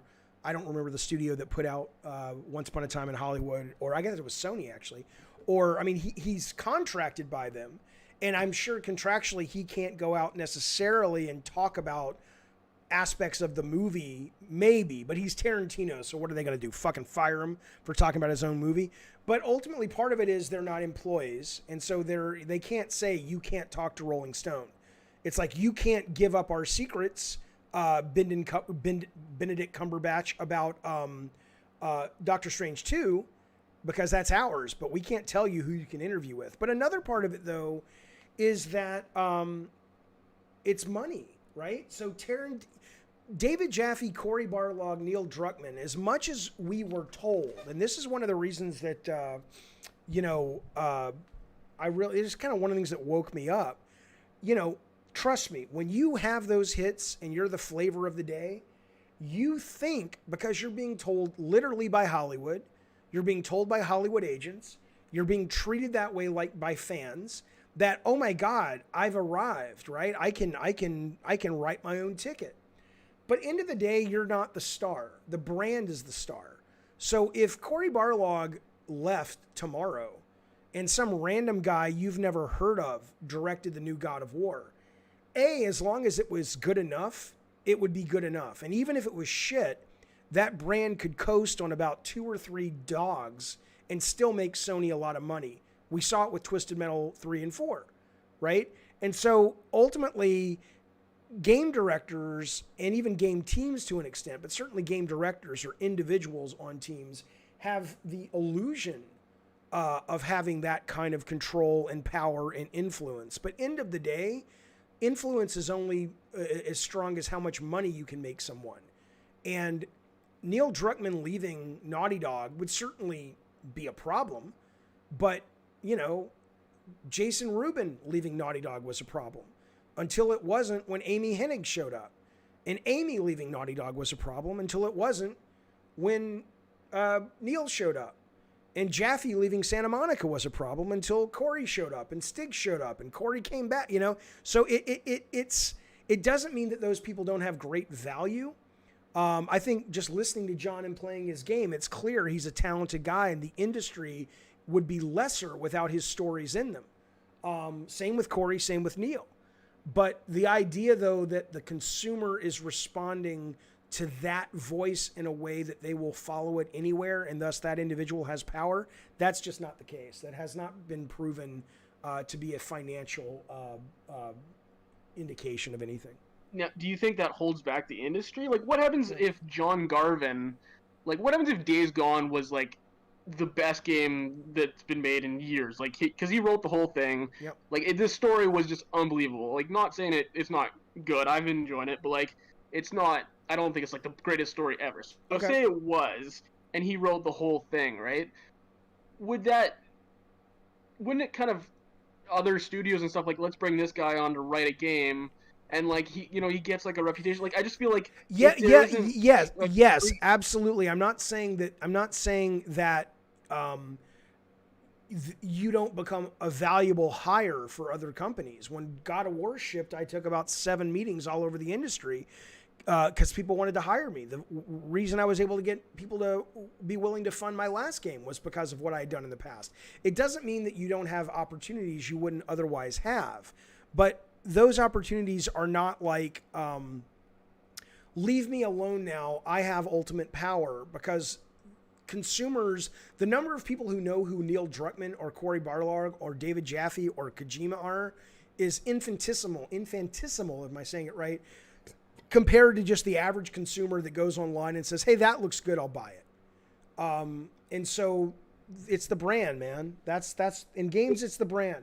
It may change. It will change, actually, as games get less expensive and more people try indie games where the individual vision matters so much more. But it doesn't matter as much right now. So, all right. Well, I think that's just kind of my question in terms of, like, isn't that bad for the industry to not, you're putting essentially the brand and, like, the sort of the machine before the sort of the talent. So isn't that not great for the industry? Well, I mean, that's any art form that has been monetized. I mean, would it be better? Not always, but is it better sometimes when the artists rule more than the businessmen? Sure. It's always better to have a balance, though, because all you have to do is look at Death Stranding and go, when you give a really crazy creative carte blanche and they don't really seem to be thinking about the audience or the market, you can end up with the most expensive art house video game ever made, which is probably what Death Stranding is. So I think if you're going to monetize your creations, there's a balance. And I certainly think the more, look, if a creator emerges that everything they touch becomes a big franchise, maybe we can have a different discussion. But look, I mean, I'm not tooting my own horn. I'm one of the few creators you can name that has created 2 franchises that are embedded in the culture, right? There's not a lot. A lot of times it's one, and then either that creator sticks with it and never changes, or they try to change and they're never able to grow beyond the brand, that they're never able to achieve that again. So, you know, there's not a lot of people who you can point to and say, wow, like Corey's great on God of War. But if Corey comes out with another game of the generation and it's a brand new IP, then I think maybe you could start to say, wait a minute, we might want to give this guy more because he's proven not only can he build on a brand, but shit, he can make his own brands that people love. And in that, his value goes up through the roof because even if he quits, we now own the brand. I'm not mocking Death Stranding, you guys. I'm saying it wasn't a very commercial product, is what I'm saying. It wasn't something that your average person could look at and go, oh, I get this, I want this. It was very esoteric. I have played Souls games. I played Demon Souls. What's your point? So anyway, that's my answer, Caveman. Thanks for the call, buddy. Call back anytime. All right, the last call of the day, unless somebody comes in with something really clever, is So Excited. Are you there? Come on now, baby. What's going on? Come on now. He's not talking, you guys. He's not talking, you guys. All right. Well, So Excited you missed your chance. I brought you in twice. Fellas, Filettis, listen, I want to give you some... thank you, Kaiden. I get that reference. Okay, I want to give you some updates on what's happening this week. Okay. Maria, I don't agree. I thought the new God of War was great. You thought it was terrible? Really? Come on now, really? Listen to me. Here's what's happening. Thursday, we have the co-founder and co-CEO of Limited Run Games is coming on. If you don't know Limited Run, let me show you their website. It's pretty good people. Hang out for a minute now. I know we're wrapping up, but I got some things to show you. I'm not going to leave you high and dry. Limited Run, these guys do box games of games that are no longer available and games that were digital to begin with, right? So like there are games that they have on here that were never going to be physical, and they said, no, we believe in that. We want to put that on a disc for collectors, right? Their collector's editions are fucking gorgeous. Like here's a Hyperlight Drifter, which was never meant to be a physical game. So this guy's going to come on. There's a lot of interesting stuff I want to talk to this guy about because it's just, I want to know why they choose what they do. I want to know about some of the controversy about this company. I want to know about, there's a little bit, not a lot, but there's some complaints people have about this company we're going to talk about. I want to know about sort of the design. I mean, have you seen their Scott Pilgrim stage show that came with the Scott Pilgrim limited edition was just fucking gorgeous. So that's going to be a fun chat. Oh, here, look at this fucking thing. It's just a beautiful collector's edition, right? So we're going to talk to him. He is coming on Thursday at some time. I'm not sure the actual time. And then I want to also show you our very own God of War chair member, DW Octorok, says to me, he says, Jaffe, what do you think of this? I'm like, well, what is it? He's like, I think you need better merch. I'm like, I do, but I'm not an artist. He says, funny thing is, pal, I am an artist. I'm not saying we're going to do any or all of these, but some of these are pretty fucking good. I'm going to put this up on the Discord. You guys let me know if there are any of these that you look at and you're like, okay, that might be something I would want to acquire. I tell you what, though, I fucking look at his Diet Soda Soldier thing. Look at that goddamn thing, man. That is the shit. I'm going to do all of my, when you join the tiers, I'm going to pay him to animate some of these so these things come up. So that's what's happening. I also want to direct your attention to our good friend, also God of War member, Rotten Tanuki, who does Day One Patch Kids. This is great stuff. I really recommend. I'm going to put it in the chat. I'm going to put it in the chat. Just go there. Just trust me, y'all so-and-so. Just fucking trust me. But look at this one. He does Cabbage Patch Kids, but they're video games. They're called Day One Patch Kids. You can get tank tops, hoodies, cups, backpacks, mugs, pillows, the whole goddamn thing. I love, he did one for Sweet Tooth. This is Joel in one. That's my fucking favorite. Come on now. You should wear this shirt to like a Last of Us convention and just piss the fuck out of everybody. But check that guy out as well. This is Day One Patch Kids. Finally, I have some codes I'm going to give away coming up tomorrow for game night, which I think is Thursday. We're going to be playing a new game called Crooks Like Us, which you have to have a PC to play it. Oh, no, I think it's crossplay. I don't know. I'll give you all the details. I got a couple of codes to give away tomorrow that we'll be playing with game night. Even if you don't have it, you can still play. That's happening this week. Pot and Popcorn is happening Saturday.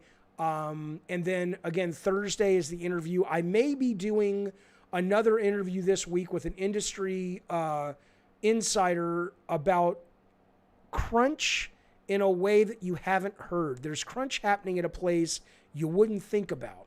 And this is a guy who's actually set up some of these companies, and he's willing to come on and talk to us about that. That will be later in the week or sometime next week. In the meantime, at David Scott Jaffe, find me, tweet me, love me, touch me in crazy ways that only the nuns did back in Catholic school. I would appreciate it. I will see you guys in the future. Rob the Mod, RPG, thank you guys very much for modding. All the super chats, thank you. All the phone calls, thank you. All the straight up chats, thank you. What a fun piece of discussion we had today. I hope you enjoyed it as much as I did. That's all I got, babies. That's all I got. The tank is empty. I'm like Deacon. I got to go find myself a little tank. I will do a show and tell to the background. I'm going to redo the background soon, and I will do a show and tell. Take it easy, everybody. Thanks for